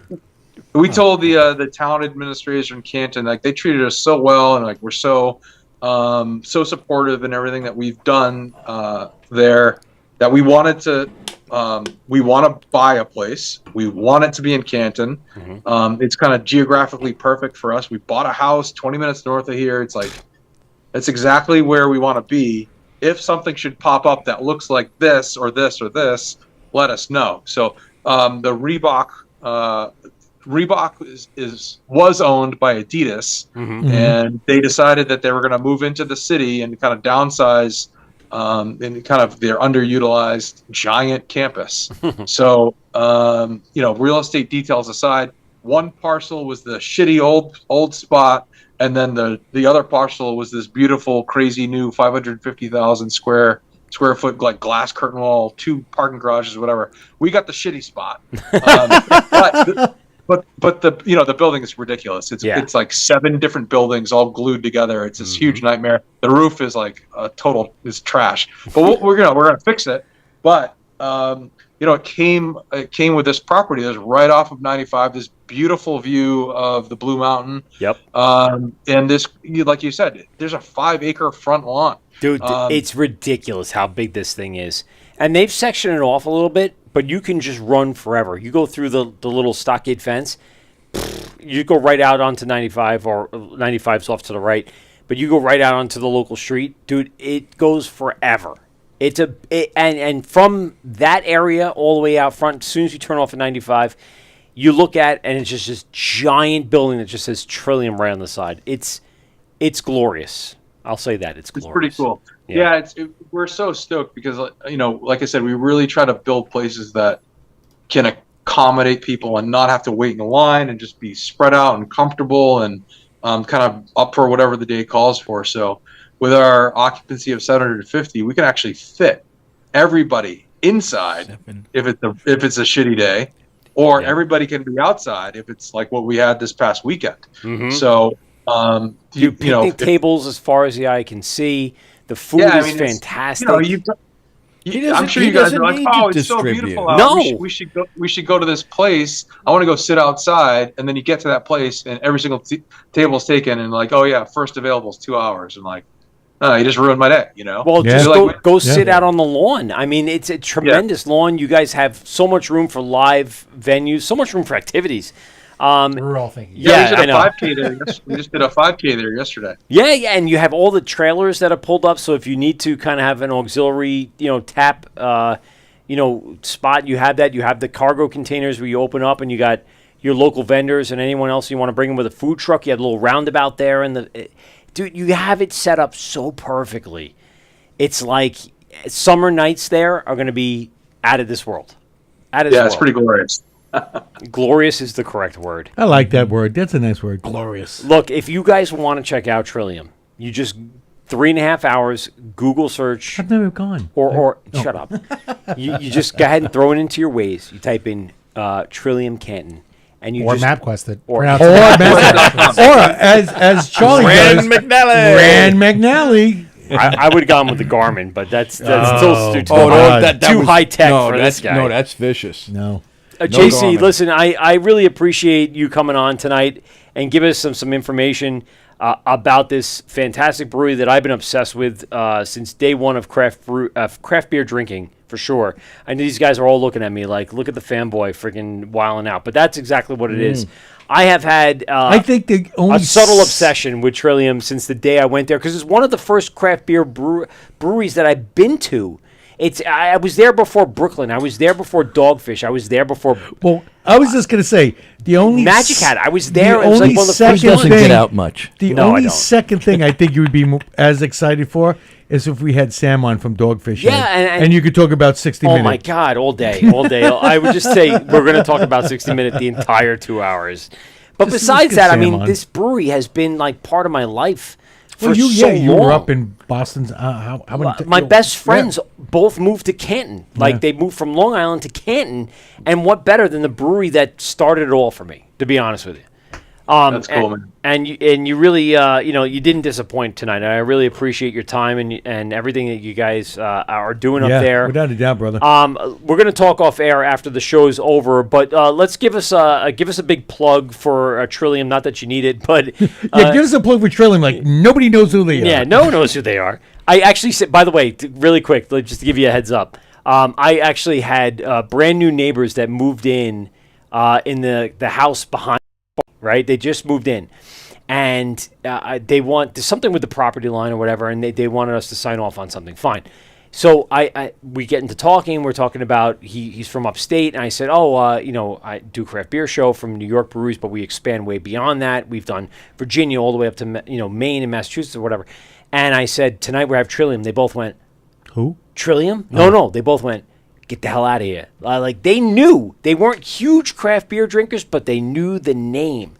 And it's just random people that I come across that when I mention that name, it sticks with people. So I'm going to tell you right now, from the people that down here on Long Island, they know about Trillium. They know about We know about him. that. We know about them. You see Charlie's All like, right. yeah, we Not know. for nothing. I Yeah. think little people across the United States. Right. And I'm not saying just I'm us, just but saying. everyone knows Yes, about the you. New Yorkers do know. Yeah. Yes. So I appreciate your time and everything that Yes. you Especially can. since I've been up in Boston. Yeah.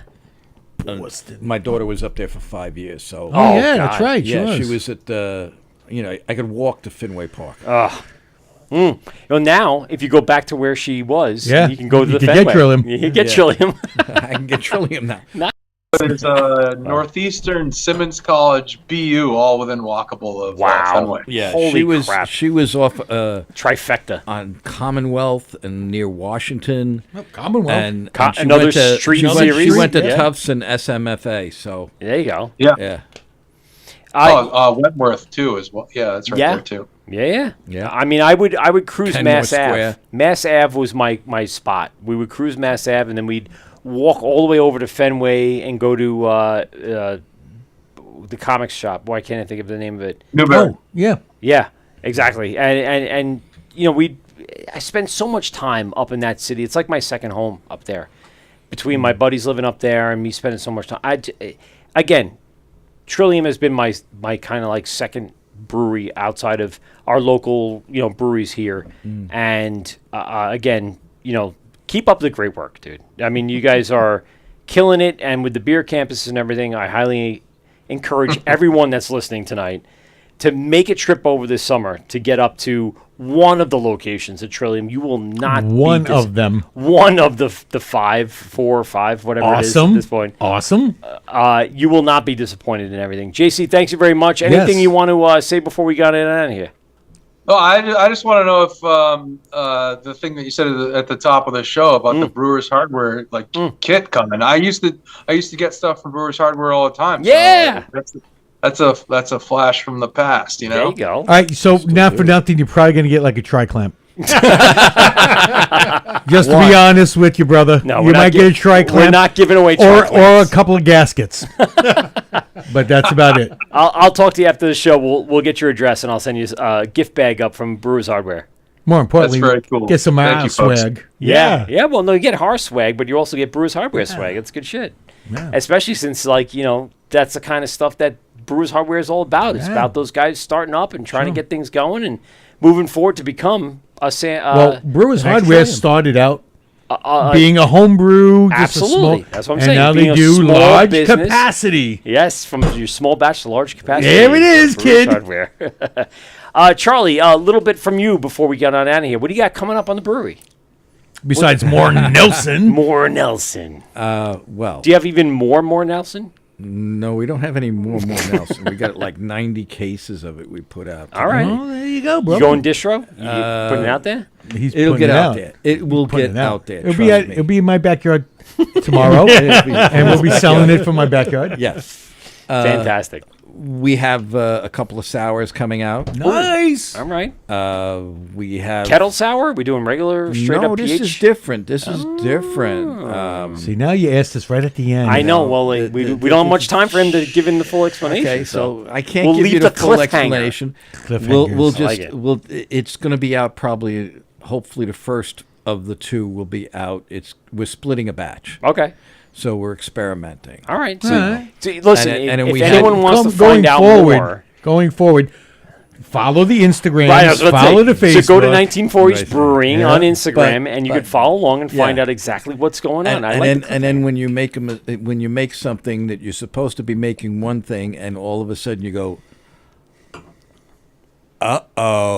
something else. it's now More Nelson. We had a we've shifted gears, and we're working on taking the space that we made. Yeah. And it's going to be called Pocket Pigeon. Oh. From wait, Pocket no. Pigeon 2.0. It's, so you don't going to be totally infringe different. Totally different stuff if we can pull it off. All right. That's Charlie? what I like to hear. Appreciate for hanging out, man. Yeah, and brother. I, by the way, love Change of Jamaica. You know I do. You know I love a That's good why black I brought it for IPA. you. I know. It's. I sit down in a brewery. Somebody says to me, "What are you drinking?" I says, "Change of Jamaica." Yeah, the black IPA, baby, all day. All day. I could drink that all day. It's such a good roasty, toasty. Yeah. Instead of your morning coffee, have a few fucking beers on the, Yeah, on the LA double. Yeah, R. there you go. That always works out for everybody. Yes. Well, there's a little story behind it, but we won't. We'll you know what? We'll tell JC off the air. Yeah. This is the Word with Mike P and Steve, GovsRadio.com. Thanks a lot for everyone for joining in tonight, checking out it on Facebook and on YouTube, and of course on the Instagram Live throughout the night. Something before we get out of here, Steve. What do you got? Pocket pigeon? Pete, Yeah. I still feel bad that you said that about. Oh, the Lord of the Rings joke. Yeah. I feel great about it. I still feel bad. But I, I love thought it. he was going to say. It's Lord great of to the have you back, Flies. brother. It's great to be here. All right. Yeah, we're good to see you, Pete. Pete, something before we get out of here? It's good to be seen. Oh, boy, that's not Nice. what you're just saying is. Come on. Oh, don't forget to have your pet spayed or This is the Word with Mike P and Steve, GovsRadio.com, and we out. Well, that's 2 hours of your life that you'll never get back. Are you kidding me? Please hang up and try again.